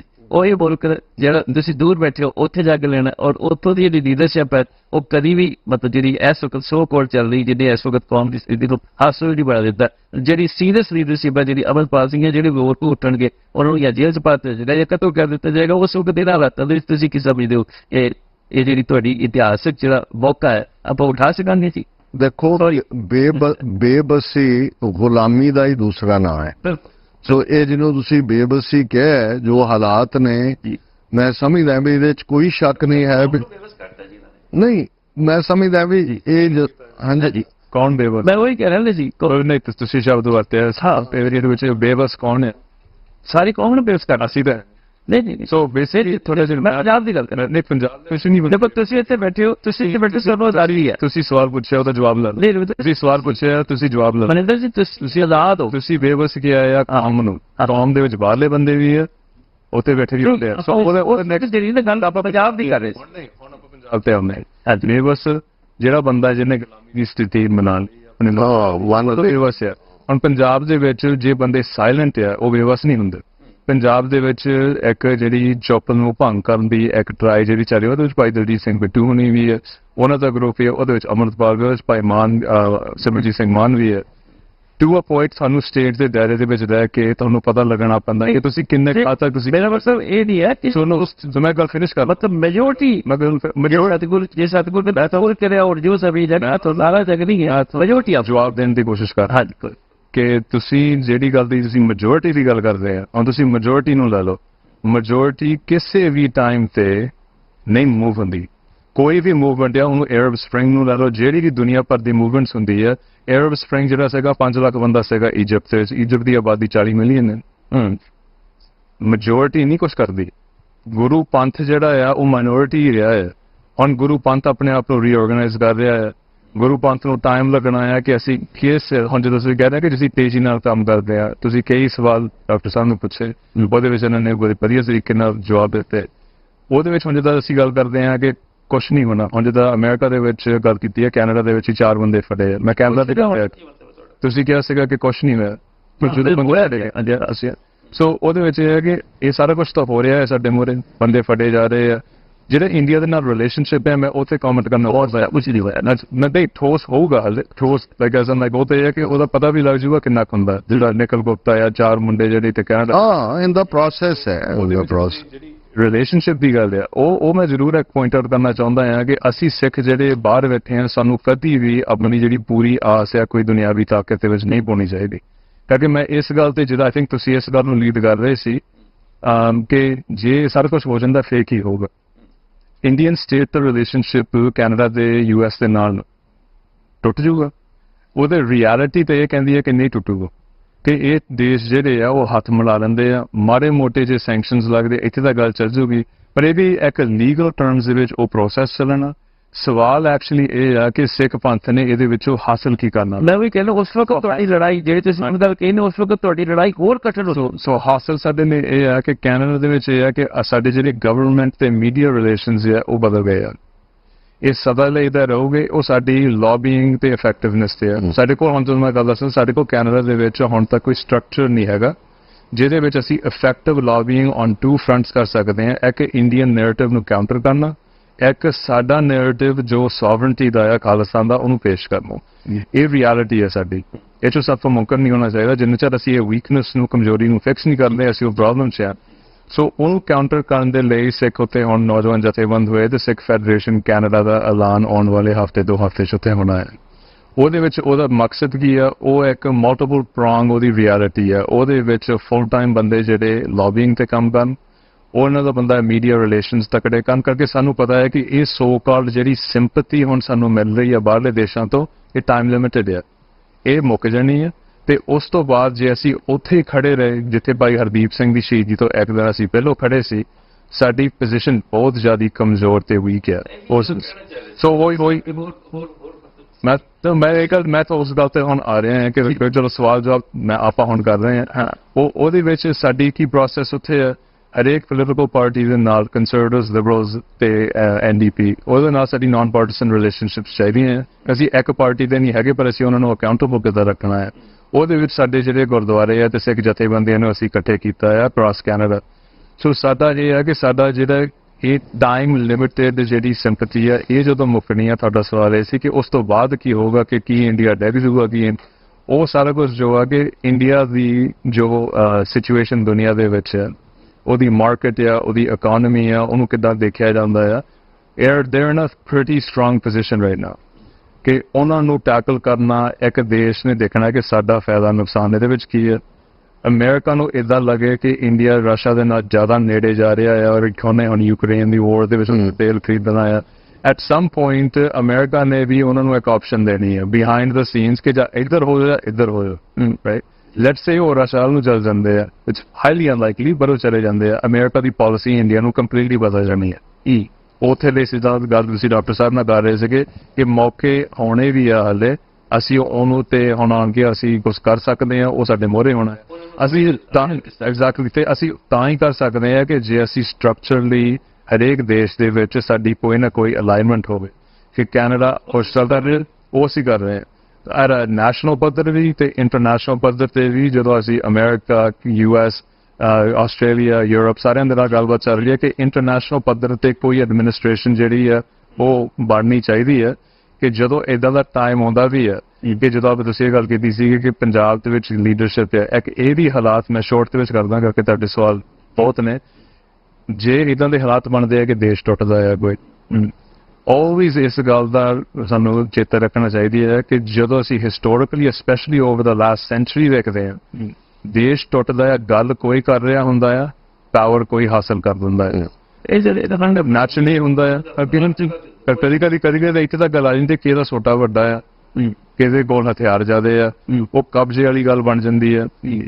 ਸਾਨੂੰ ਇਹ ਸਾਰੀਆਂ ਗੱਲਾਂ ਦਾ ਫੇਸ ਕਰਨਾ ਪੈਣਾ, ਜਿਵੇਂ ਯੂਗੋਸਲਾਵੀਆ ਦੇ ਬ੍ਰੇਕਅਪ ਵੇਲੇ। ਸੋ ਇਹਦੇ ਵਿੱਚ ਲਾਸਟ ਗੱਲ ਜਿਹੜੀ ਹੈ ਕਿ ਇਹ ਸਾਰੀਆਂ ਗੱਲਾਂ ਜਿਹੜੀਆਂ ਰਿਐਲਿਟੀ ਆ, ਮੂਵਮੈਂਟਸ ਆ, ਕਿ ਲੀਡਰਸ਼ਿਪ ਵੀ ਜਿਹੜੀ ਉੱਥੇ ਹੈ, ਬਹੁਤ ਟਾਈਮ ਮੂਵਮੈਂਟਸ ਦੇ ਵਿੱਚ ਲੀਡਰਸ਼ਿਪ ਜਿਹੜੀ ਹੈ ਕਦੀ ਉਸ ਦੇਸ਼ ਚੋਂ ਨਿਕਲ ਕੇ ਬਾਹਰ ਕਿਤੇ ਬਹਿ ਜਾਂਦੀ ਹੈ। ਮੈਂ ਕਾਮਰੇਡਾਂ ਦੀ ਵਾਲੀ ਗੱਲ ਨਹੀਂ ਕਰਨਾ ਹੁੰਦਾ, ਪਰ ਲੈਨਨ ਵੀ ਤਾਂ ਬਾਹਰ ਬੈਠਾ ਸੀਗਾ, ਉਹ ਰੈਵੋਲੂਸ਼ਨ ਤੋਂ ਬਾਅਦ ਹੀ ਮੁੜ ਕੇ ਆਇਆ। ਖੋਮੇਨੀ ਵੀ ਬਾਹਰ ਬੈਠਾ ਸੀਗਾ, ਰੈਵੋਲੂਸ਼ਨ ਤੋਂ ਬਾਹਰ ਹੀ ਬਾਅਦ ਆਇਆ। ਸਾਡੇ ਕੋਲ ਇਹ ਸਾਰੇ ਸਵਾਲਾਂ ਦੇ ਜਿਹੜੇ ਜਵਾਬ ਆ ਮੋਮੈਂਟੇਰਲੀ ਇਦਾਂ ਨਹੀਂ ਕਿ ਸਾਰੇ ਹੀ ਹੋਣੇ ਆ। ਹਾਲਾਤ ਨੇ ਲੀਡਰਸ਼ਿਪ ਕਦੀ ਪੈਦਾ ਕਰਨੀ ਹੁੰਦੀ, ਹਾਲਾਤ ਨੇ ਸਾਨੂੰ ਮੌਕੇ ਦੇਣੇ ਆ, ਅਸੀਂ ਉਹ ਹਾਸਲ ਕਰਨ ਜੋਗੇ ਹੋਈਏ। ਬਟ ਸਾਡਾ ਅੱਜ ਦੇ ਸਮੇਂ ਦੇ ਵਿੱਚ ਨਾ ਕਈ ਵਾਰੀ ਐਗਜ਼ੈਕਟਲੀ ਅੱਜ ਦੇ ਸਮੇਂ ਦੇ ਵਿੱਚ ਸਾਡੇ ਹਾਲਾਤ ਇਹ ਡਿਮਾਂਡ ਕਰ ਰਹੇ ਆ ਕਿ ਅਸੀਂ ਸਟਰਕਚਰਲੀ ਆਪਣੀ ਸਟਰੈਂਥ ਪੈਦਾ ਕਰੀਏ, ਜਥੇਬੰਦਕ ਤੌਰ ਤੇ, ਈਵਨ ਫਾਈਨੈਂਸ਼ੀਅਲੀ, ਮੀਡੀਆ ਰਿਲੇਸ਼ਨਸ ਦੇ ਵਿੱਚ ਤੇ ਨਾਲ ਪੋਲੀਟੀਕਲੀ। ਸੋ ਉਹ ਐਗਜ਼ੈਕਟਲੀ ਉਹ ਹਾਲਾਤ ਹੈ ਸਾਡੇ। ਥੋੜਾ ਜਿਹਾ ਹਟ ਕੇ ਦੀਆਂ ਨਾਲ ਹੀ ਕਿਉਂਕਿ ਟੂਡੋ ਹੋਣਾ ਨੇ ਪਾਰਲੀਮੈਂਟ ਦੇ ਵਿੱਚ ਭਾਈ ਹਰਦੀਪ ਸਿੰਘ ਨੇ ਜਿਹੜਾ ਉਹਦਾ ਨਾਂ ਲੈ ਕੇ ਇੱਕ ਬੜੀ ਜ਼ਬਰਦਸਤ ਸਟੇਟਮੈਂਟ ਦਿੱਤੀ। ਇਸ ਮਤੇ ਨਜ਼ਰ ਜਿਹੜੇ ਹੁਣ ਜਗਮੀਤ ਸਿੰਘ ਨੇ ਆਪਣੀ ਹਮਾਇਤ ਵਾਪਸ ਲਈ ਹੈ, ਉਹਨੂੰ ਤੁਸੀਂ ਕਿਸ ਨਜ਼ਰ ਦੇ ਨਾਲ ਦੇਖਦੇ ਹੋ? ਕਿਉਂਕਿ ਇੱਕ ਸਿੱਖ ਚਿਹਰਾ ਤਾਂ ਹੈ ਹੀ ਹੈ ਨਾ ਜਗਮੀਤ ਸਿੰਘ, ਕਿਤੇ ਉਹਨਾਂ ਨੇ ਇੱਕ ਸਿੱਖ ਚਿਹਰੇ ਨੂੰ ਆਪਣੇ ਨਾਲ ਰੱਖਣ ਦੇ ਲਈ ਉਸ ਵਕਤ ਸਟੇਟਮੈਂਟ ਦਿੱਤੀ, ਜਿਹੜੀ ਹੁਣ ਉਹਨਾਂ ਨੇ ਹਮਾਇਤ ਵਾਪਸ ਲੈ ਲਈ ਹੈ। ਇਹਨੂੰ ਤੁਸੀਂ ਹੁਣ ਕਿਸ ਮੱਦੇ ਨਜ਼ਰ ਦੇਖੋਗੇ? ਕੀ ਸੋਚ ਕੇ ਕਿ ਇਲੈਕਸ਼ਨਾਂ ਹੋਣਗੀਆਂ ਦੁਆਰਾ, ਜਾਂ ਮਤਲਬ ਠੀਕ ਹੈ ਜਗਮੀਤ ਸਿੰਘ ਇੱਕ ਸਿੱਖ ਚਿਹਰਾ ਜ਼ਰੂਰ ਹੈ, ਲੇਕਿਨ ਉਹ ਇੱਕ ਸਿਆਸਤਦਾਨ ਵੀ ਹੈ, ਉਹਨੇ ਇੱਕ ਸਾਰੀ ਕੈਨੇਡਾ ਦੇ ਸਿਆਸਤ ਵਿੱਚ, ਮਤਲਬ ਉਸ ਮੱਦੇ ਨਜ਼ਰ ਇਹਦੀ ਹਮਾਇਤ ਨੂੰ ਵਾਪਸ ਲੈਣਾ ਤੁਸੀਂ ਕਿਸ ਨਜ਼ਰ ਨਾਲ ਦੇਖਦੇ? ਉਹਦੇ ਉੱਤੇ ਕੈਨੇਡਾ ਦੇ ਆਪ ਦੇ ਪੋਲੀਟੀਕਲ ਹਾਲਾਤ ਹੈ, ਉਹਦੇ ਵਿੱਚ ਸਿੱਖਾਂ ਦਾ ਕੋਈ ਉਹਦੇ ਵਿੱਚ ਜਿੱਦਾਂ ਅਸੀਂ ਉਹ ਦੇਖਦੇ ਹਾਂ ਕਿ ਉਹ ਸਿੱਖ ਇਸ਼ੂਜ਼ ਦੇ ਉੱਤੇ ਉਹ ਹਮਾਇਤ ਨਹੀਂ ਤੋੜੇਗੀ। ਨਾਲੇ ਉਹਨੇ ਇਹ ਵੀ ਗੱਲ ਕਹਿਤੀ ਕਿ ਇਸ਼ੂ ਬਾਈ ਇਸ਼ੂ ਜਿਹੜੇ ਆ ਅਸੀਂ ਸਪੋਰਟ ਦੇ ਵੀ ਸਕਦੇ ਹਾਂ, ਸੋ ਇੰਨੀ ਛੇਤੀ ਹੋ ਸਕਦਾ ਇਲੈਕਸ਼ਨਸ ਨਾ ਹੋਣ। ਪਰ ਉਹਦੇ 'ਚ ਤੁਸੀਂ ਇੱਕ ਬੜੀ ਅਹਿਮ ਗੱਲ ਕੀਤੀ ਹੈ ਕਿ ਟਰੂਡੋ ਨੇ ਇੱਕ ਬਿਆਨ ਦਿੱਤਾ ਕੱਲ ਜਦੋਂ ਸਿੱਖ ਫੈਡਰੇਸ਼ਨ ਦੀ ਕਨਵੈਨਸ਼ਨ ਸੀਗੀ ਜੀ, ਉਦੋਂ ਮੈਂ ਗੱਲ ਥੋੜੀ ਜਿਹੀ ਖੋਲੀ ਸੀਗੀ, ਮੈਂ ਉਹਨੂੰ ਵਾਲੀ ਹਾਲੇ ਵੀ ਨਹੀਂ ਖੋਲ ਸਕਿਆ ਕਿ ਸਮਾਂ ਥੋੜਾ ਸੀ, ਉਹ ਕੋਈ ਦੱਸੂ ਕਿ 7 ਸਾਲ ਦੇ ਲਈ ਜਿਹੜੇ ਹਾਲਾਤ ਪੈਦਾ ਕੀਤੇ ਗਏ ਉਹ ਵੀ ਟਰੂਡੋ ਸਰਕਾਰ ਵੱਲੋਂ ਹੀ ਸੀ। ਸਿੱਖਾਂ ਨੂੰ ਖਾਲਿਸਤਾਨੀ ਸਿੱਖ ਐਕਸਟ੍ਰੀਮਿਜ਼ਮ ਦਾ ਇੰਟਰਨੈਟ ਜਿਹੜੀ ਨੈਸ਼ਨਲ ਡਿਫੈਂਸ ਦੀ ਰਿਪੋਰਟ ਹੈ ਇਹ ਥ੍ਰੈਟਸ ਕਿਹੜੇ ਆ ਕੈਨੇਡਾ ਨੂੰ ਇੰਟਰਨਲੀ ਤੇ ਐਕਸਟਰਨਲੀ, ਤੇ ਇਹੀ ਟਰੂਡੋ ਸਰਕਾਰ ਸੀਗੀ, ਇਹੀ ਉਸ ਕੈਂਪੀਐਸ ਇਹਦੇ ਪਾਰਟ ਸੀਗੇ ਜਦੋਂ ਉਹ ਰਿਪੋਰਟ ਵੀ ਨਿਕਲੀ ਸਿੱਖ ਖਾਲਿਸਤਾਨੀ ਐਕਸਟ੍ਰੀਮਿਜ਼ਮ। ਉਹਦੇ ਵਿੱਚ ਨਾਲ ਸਿੱਖਾਂ ਦੇ ਉੱਤੇ ਜਿਹੜੀਆਂ ਪਾਬੰਦੀਆਂ ਲੱਗੀਆਂ ਕੈਨੇਡਾ ਦੇ ਵਿੱਚ, ਉਦੋਂ ਵੀ ਟਰੂਡੋ ਦੀ ਸਰਕਾਰ ਸੀ। ਜਦੋਂ ਸਿੱਖਾਂ ਦੇ ਉੱਤੇ ਇਹ ਵੀ ਗੱਲ ਆਈ ਕਿ ਹਰਦੀਪ ਸਿੰਘ ਦੇ ਬੈਂਕ ਅਕਾਊਂਟਸ ਫਰੀਜ਼ ਕੀਤੇ ਗਏ, ਹਰਦੀਪ ਸਿੰਘ ਨੂੰ ਨੋ ਫਲਾਈ ਲਿਸਟ ਤੇ ਪਾਇਆ ਗਿਆ, ਆਲ ਦ ਵੇ ਟੂ ਅ ਪੁਆਇੰਟ ਕਿ 2022 ਤੋਂ ਬਾਅਦ ਲਗਾਤਾਰ ਇੱਕ ਮਹੀਨੇ ਬਾਅਦ ਹਰਦੀਪ ਸਿੰਘ ਨੂੰ ਦੱਸਿਆ ਗਿਆ ਕਿ ਤੇਰੇ ਤੇ ਜਾਨਲੇਵਾ ਹਮਲਾ ਹੋ ਸਕਦਾ, ਤੇਰੀ ਜਾਨ ਨੂੰ ਖਤਰਾ ਆ। ਉਦੋਂ ਵੀ ਕੋਈ ਇਹੋ ਜਿਹੀ ਚੀਜ਼ ਨਹੀਂ ਹੋਈ ਕਿ ਉਹਨੂੰ ਹੋਰ ਇਨਫੋਰਮੇਸ਼ਨ ਦੇਣੀ ਜਾਂ ਕੁਛ ਵੀ ਹੈ, ਰਾਈਟ ਅਪ ਅੰਟਿਲ ਉਹਦੀ ਪੋਲੀਟੀਕਲ ਅਸੈਸੀਨੇਸ਼ਨ ਜਿਹੜੀ ਹੁੰਦੀ ਹੈ।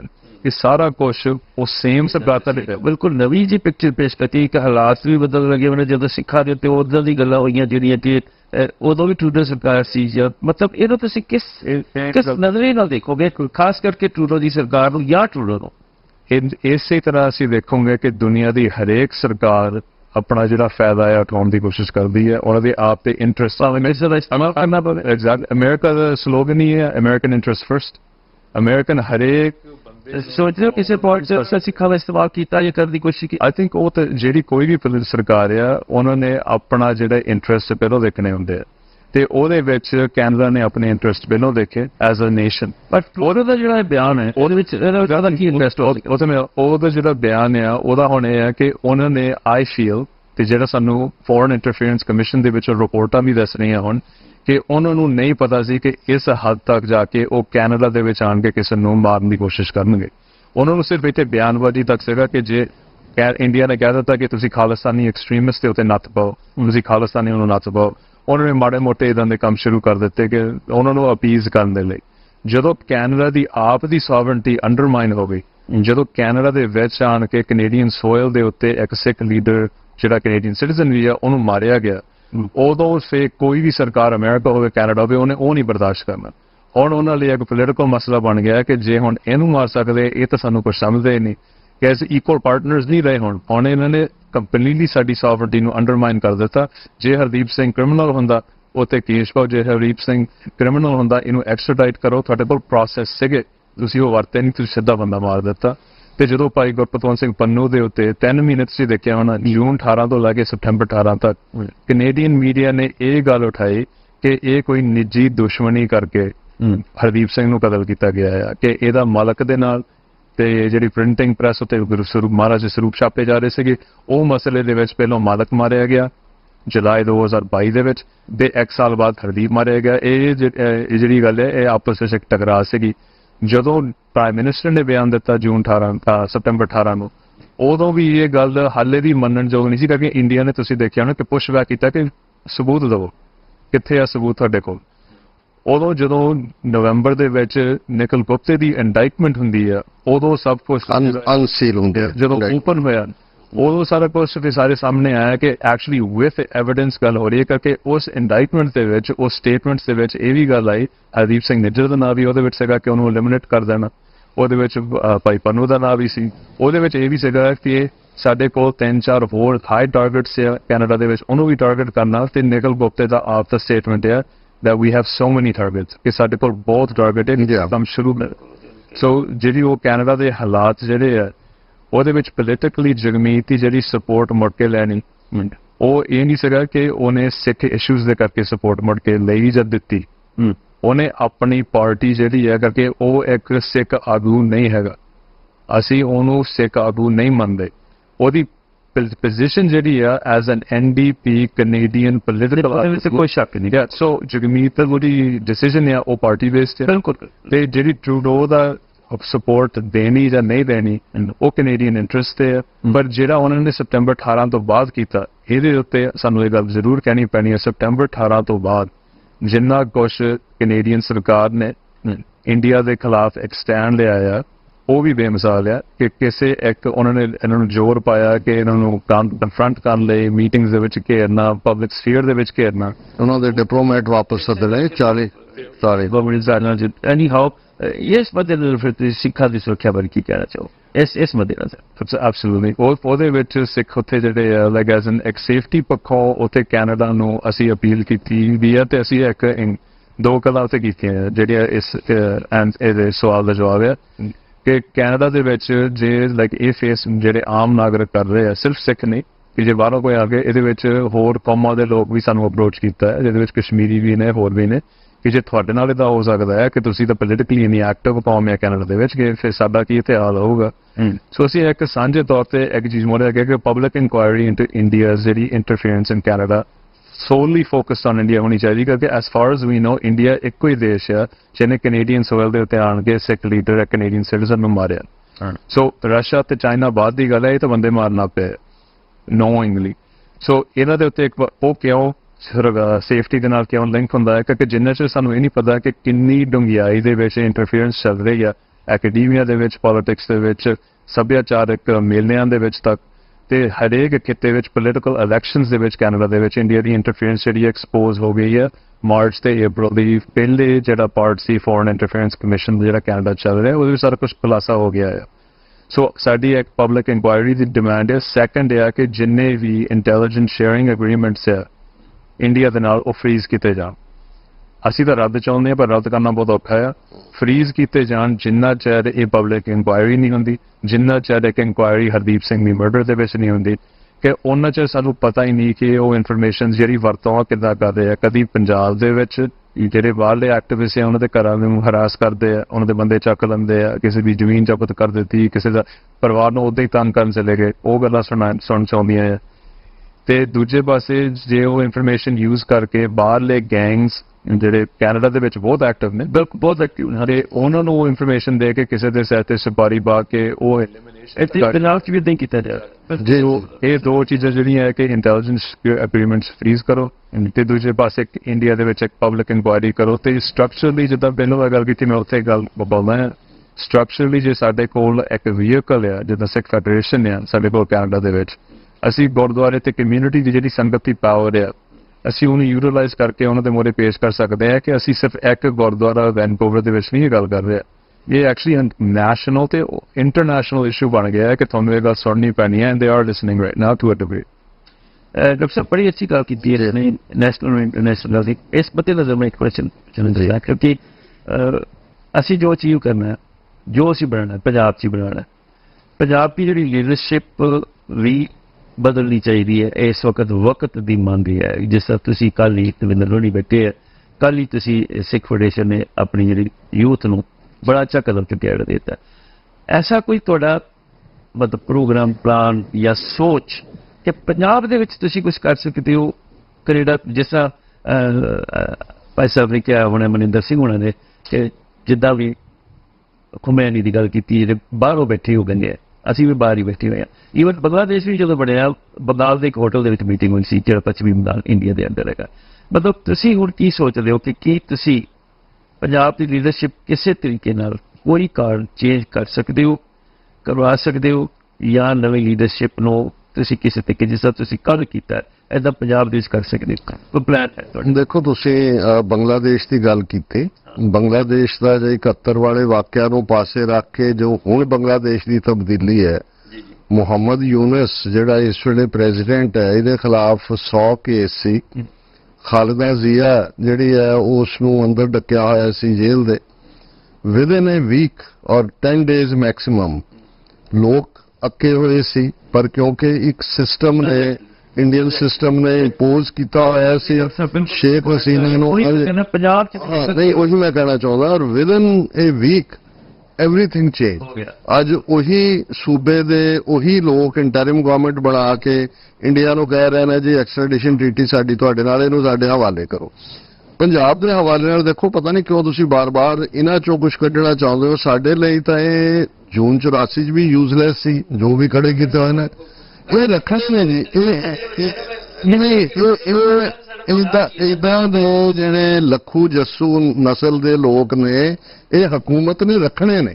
ਉਹਨਾਂ ਨੇ ਜਾਂ ਤਾਂ ਜਦੋਂ ਸਾਡਾ ਇੱਕ ਦੌਰ ਦੇ ਨਜ਼ਰ ਤੇ ਉਹਨਾਂ ਨੇ ਹਕੂਮਤ ਇੱਥੇ ਉਹ ਤੁਹਾਡੇ ਮੁਕਾਬਲੇ ਤੇ ਵੀ ਖੜੇ ਕੀਤੇ। ਬਿਲਕੁਲ ਬਿਲਕੁਲ। ਇਹਦਾ ਸੀ ਬਤਾ ਦੀ ਐਸੀ ਦੇਖੋ, ਮੈਂ ਇਹ ਸਮਝਦਾ ਵੀ ਦੇਖੋ ਜਿਹੜਾ ਇੱਕ ਨਾ ਪੰਜਾਬੀ ਦੀ ਟਰਮ ਪੇਂਡੂ ਵਰਲਡ ਦੇ ਵਿੱਚ ਯੂਜ਼ ਹੁੰਦੀ ਹੈ, ਗੂੰਗਾ ਹੈ। ਗੂੰਗਾ ਹੈ ਹੁੰਦਾ ਹੈ ਕਿ ਜਿਹਦੇ ਚ ਇੱਕ ਤਾਂ ਹੁੰਦਾ ਵੀ ਤੁਸੀਂ ਸਮਝਦੇ ਹੋ ਗੂੰਗਾ ਹੈ ਕੀ ਹੈ। ਬਹੁਤਿਆਂ ਨੂੰ ਲੱਗਦਾ ਹੁੰਦਾ ਵੀ ਕੁਛ ਨਹੀਂ ਹੈ, ਬਾਅਦ ਚ ਉਹਨੇ ਕੱਟੀ ਜਾਂ ਕੱਟਾ ਦਿੱਤਾ ਹੁੰਦਾ ਹੈ ਨਾ। ਸੋ ਇਹ ਜਿਹੜੇ ਪੰਜਾਬ ਦੇ ਲੋਕਾਂ ਦੀ ਆਵਾਜ਼ ਹੈ, ਗੂੰਗਾ ਹੈ। ਇਹ ਬਹੁਤਿਆਂ ਨੂੰ ਲੱਗਦਾ ਹੈ ਕਿ ਜੀ ਨਹੀਂ ਉੱਥੇ ਕੋਈ ਖਾਲਿਸਤਾਨ ਨਹੀਂ ਮੰਗਦਾ, ਉੱਥੇ ਤਾਂ ਡਰੇ ਹੋਏ ਨੇ, ਉੱਥੇ ਤਾਂ ਫਲਾਣੇ ਨੇ।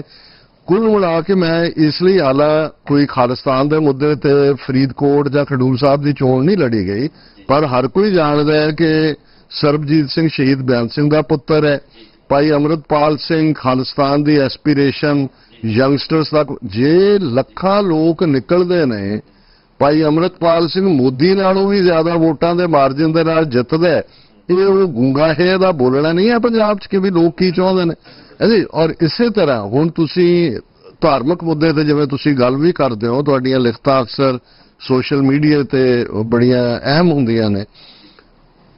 ਸੁਖਬੀਰ ਬਾਦਲ ਨੂੰ ਤੁਸੀਂ ਸਮਝਦੇ ਹੋ ਵੀ ਉਹਨਾਂ ਦੇ ਬਣਾਏ ਹੋਏ ਗ੍ਰੰਥੀ ਜਥੇਦਾਰ ਕਦੇ ਡੇਅਰ ਕਰ ਸਕਦੇ ਸੀ ਤਨਖਾਹੀਆਂ ਬਣਾਉਣ? ਨਹੀਂ, ਉਹੀ ਮੈਂ ਕਹਿ ਰਿਹਾ ਕਿ ਇਹ ਲੋਕਾਂ ਦਾ ਉਹ ਪ੍ਰੈਸ਼ਰ ਹੈ। ਕੱਲ ਨੂੰ ਉਹਨਾਂ ਨੇ ਡਿਲੀਵਰ ਨਹੀਂ ਹੋਣਾ ਕੋਈ।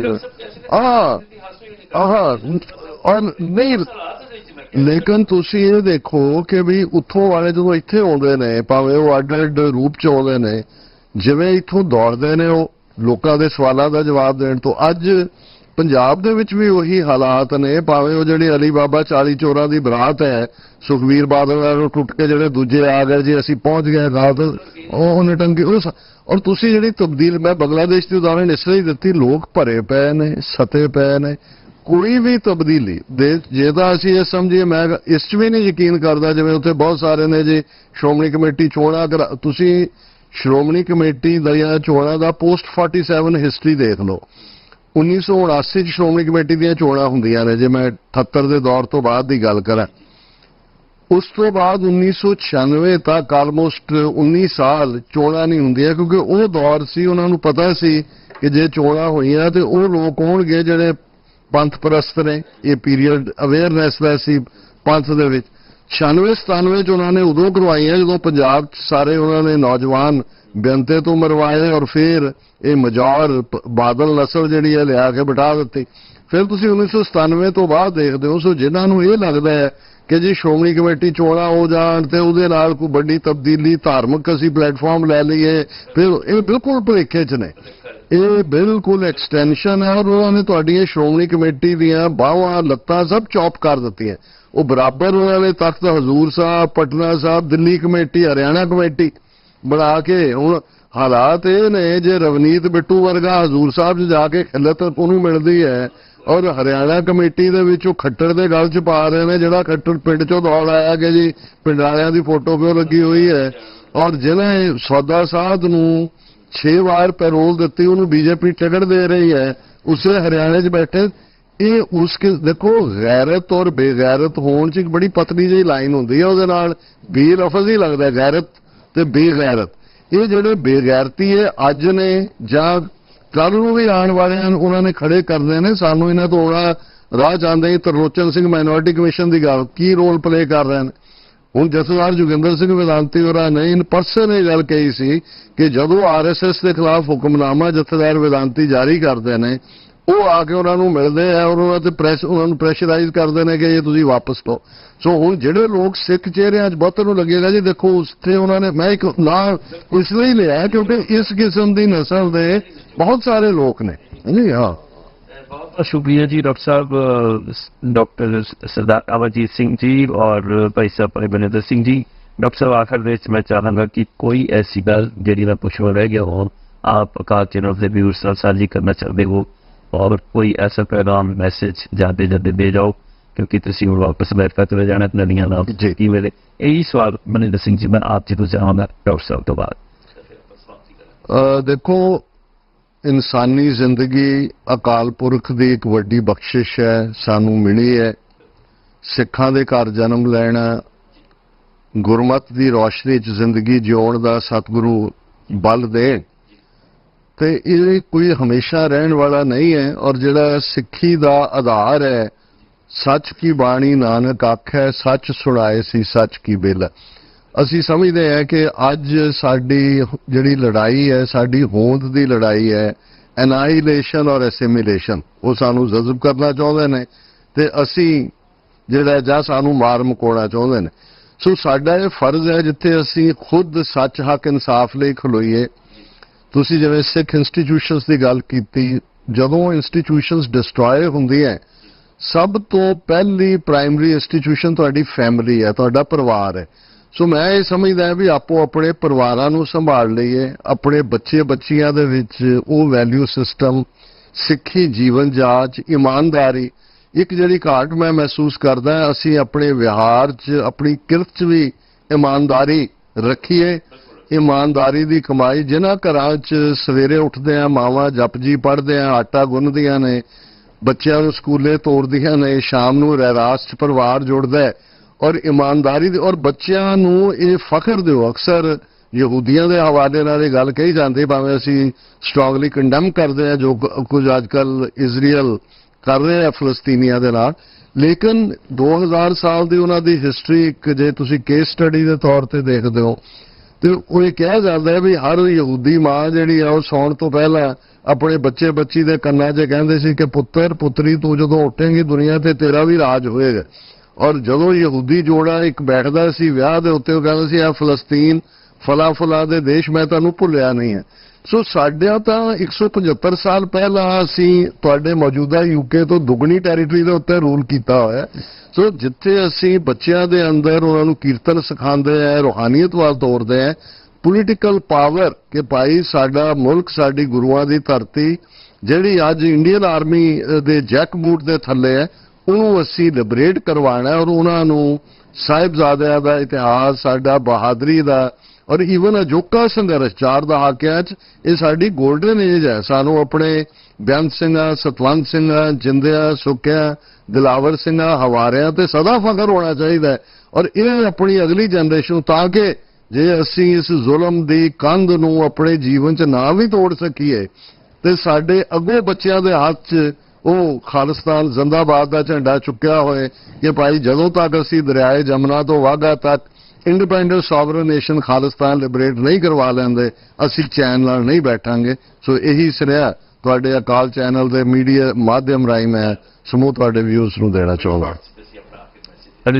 ਨਿਸ਼ਾਨੇ ਦੀ ਕਲੈਰਿਟੀ ਹੋਣੀ ਚਾਹੀਦੀ ਹੈ। ਸਾਡਾ ਨਿਸ਼ਾਨਾ ਅੱਜ ਖਾਲਿਸਤਾਨ ਹੈ ਤੇ ਉਸ ਤੋਂ ਪਹਿਲਾਂ ਇਹਦਾ ਹੁਕਮ ਜਿਹੜਾ ਉਹ ਰਾਜ ਦਾ ਹੈ ਗੁਰੂ ਸਾਹਿਬ ਵੱਲੋਂ ਤੇ ਨਾਲ ਬਾਦਸ਼ਾਹੀ ਦਾ ਦਾਵਾ ਹੈ ਸਾਡੇ ਕੋਲ। ਇਹ ਤਿੰਨੇ ਚੀਜ਼ਾਂ ਜਿਹੜੀਆਂ ਆ ਇਹ ਇੱਕ ਟ੍ਰਾਇੰਗਲ ਹੋ ਕੇ ਸਾਡੇ ਲਈ ਇੱਕ ਨਿਸ਼ਾਨਾ ਆ। ਸਾਡੇ ਲਈ ਸਿਰਫ ਗੁਰੂ ਮਹਾਰਾਜ ਐਸਾ ਅਸੀਂ ਕੀ ਕਰ ਸਕਦੇ ਹਾਂ ਕਿ ਇੱਕ ਜਿਹੜਾ ਮਹਾਰਾਜ ਦਾ ਵਾਕਿਆ ਸੁਰਮਨ ਮਿੱਤਰ ਪਿਆਰਿਆ ਮਿਲ ਵੇਲਾ ਹੈ ਤੇ ਇਹਦੇ ਵਿੱਚ ਹੀ ਜਬ ਲਗ ਜੋ ਵਿਸ਼ਵਾਸ ਹੈ ਤਬ ਲਗ ਇਹੋ ਤਨ ਦੇ ਤਾਂ ਕਹਿੰਦੇ ਇਹ ਜਿਹੜੀ ਗੱਲ ਹੈ ਸਾਡੇ ਲਈ ਬਹੁਤ ਜ਼ਰੂਰੀ ਹੈ ਨੌਜਵਾਨਾਂ ਦੇ ਲਈ ਕਿ ਅਸੀਂ ਅੰਡਰਸਟੈਂਡ ਕਰੀਏ ਕਿ ਸਾਡਾ ਜਿਹੜਾ ਸਿੱਖੀ ਸਪਿਰਿਟ ਹੈ, ਸਿੱਖੀ ਜਜ਼ਬਾ ਹੈ ਤੇ ਗੁਰਮਤ ਦਾ ਰਾਹ ਹੈ, ਇਹ ਲੜਾਈ ਜਿਹੜੀ ਆ ਇਹ ਕੋਈ ਪੋਲੀਟੀਕਲ ਲੜਾਈ ਨਹੀਂ ਹੈਗੀ, ਨਾ ਇਹ ਕੋਈ ਨੈਸ਼ਨਲਿਜ਼ਮ ਦੀ ਲੜਾਈ ਹੈ। ਲੜਾਈ ਜਿਹੜੀ ਹੈ ਉਹ ਧਰਮ ਯੁੱਧ ਹੈ।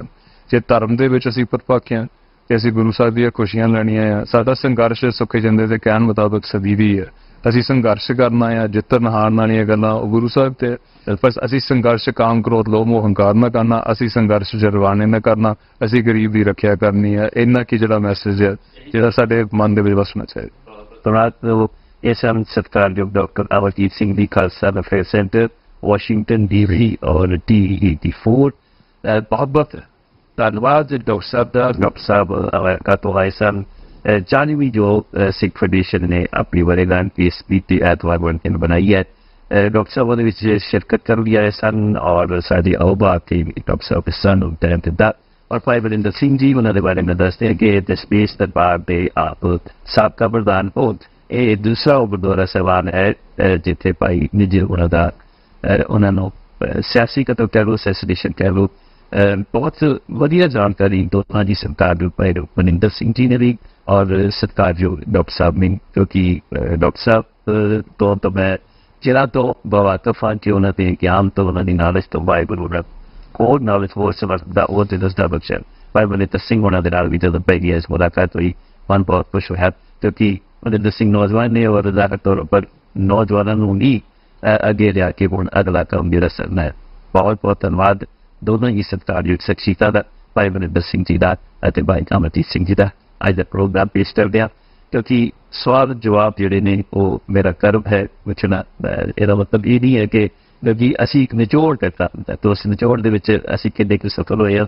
ਇਹਦੇ ਵਿੱਚ ਕਿਸੇ ਨੇ ਕੋਈ ਨਾਰਾਜ਼ ਨਹੀਂ ਹੋਣਾ। ਖਿਆਲ ਆਪਣੇ ਤੇ ਸ਼ਬਦਾਂ ਦਾ ਤੇ ਦੇ ਜਾਣਗੀਆਂ। ਤਾਂ ਧੰਨਵਾਦ ਹੈ ਔਰ ਅਕਾਲ ਚੈਨਲ ਵੱਲੋਂ ਮੈਂ ਦੋਨਾਂ ਹੀ ਸ਼ਖਸੀਅਤਾਂ ਦਾ ਆਪਣੇ ਵੱਲੋਂ ਦੋਨੋਂ ਹੀ ਸ਼ਖਸੀਅਤਾਂ ਦਾ ਦਿਲ ਦੀ ਕਰਾਂਗੇ ਤਾਂ ਧੰਨਵਾਦ ਕਰਦਾ ਔਰ ਫਤਿਹ ਕਰਦਾ। ਵਾਹਿਗੁਰੂ ਖਾਲਸਾ ਵਾਹਿਗੁਰੂ ਜੀ ਕੀ ਫਤਿਹ।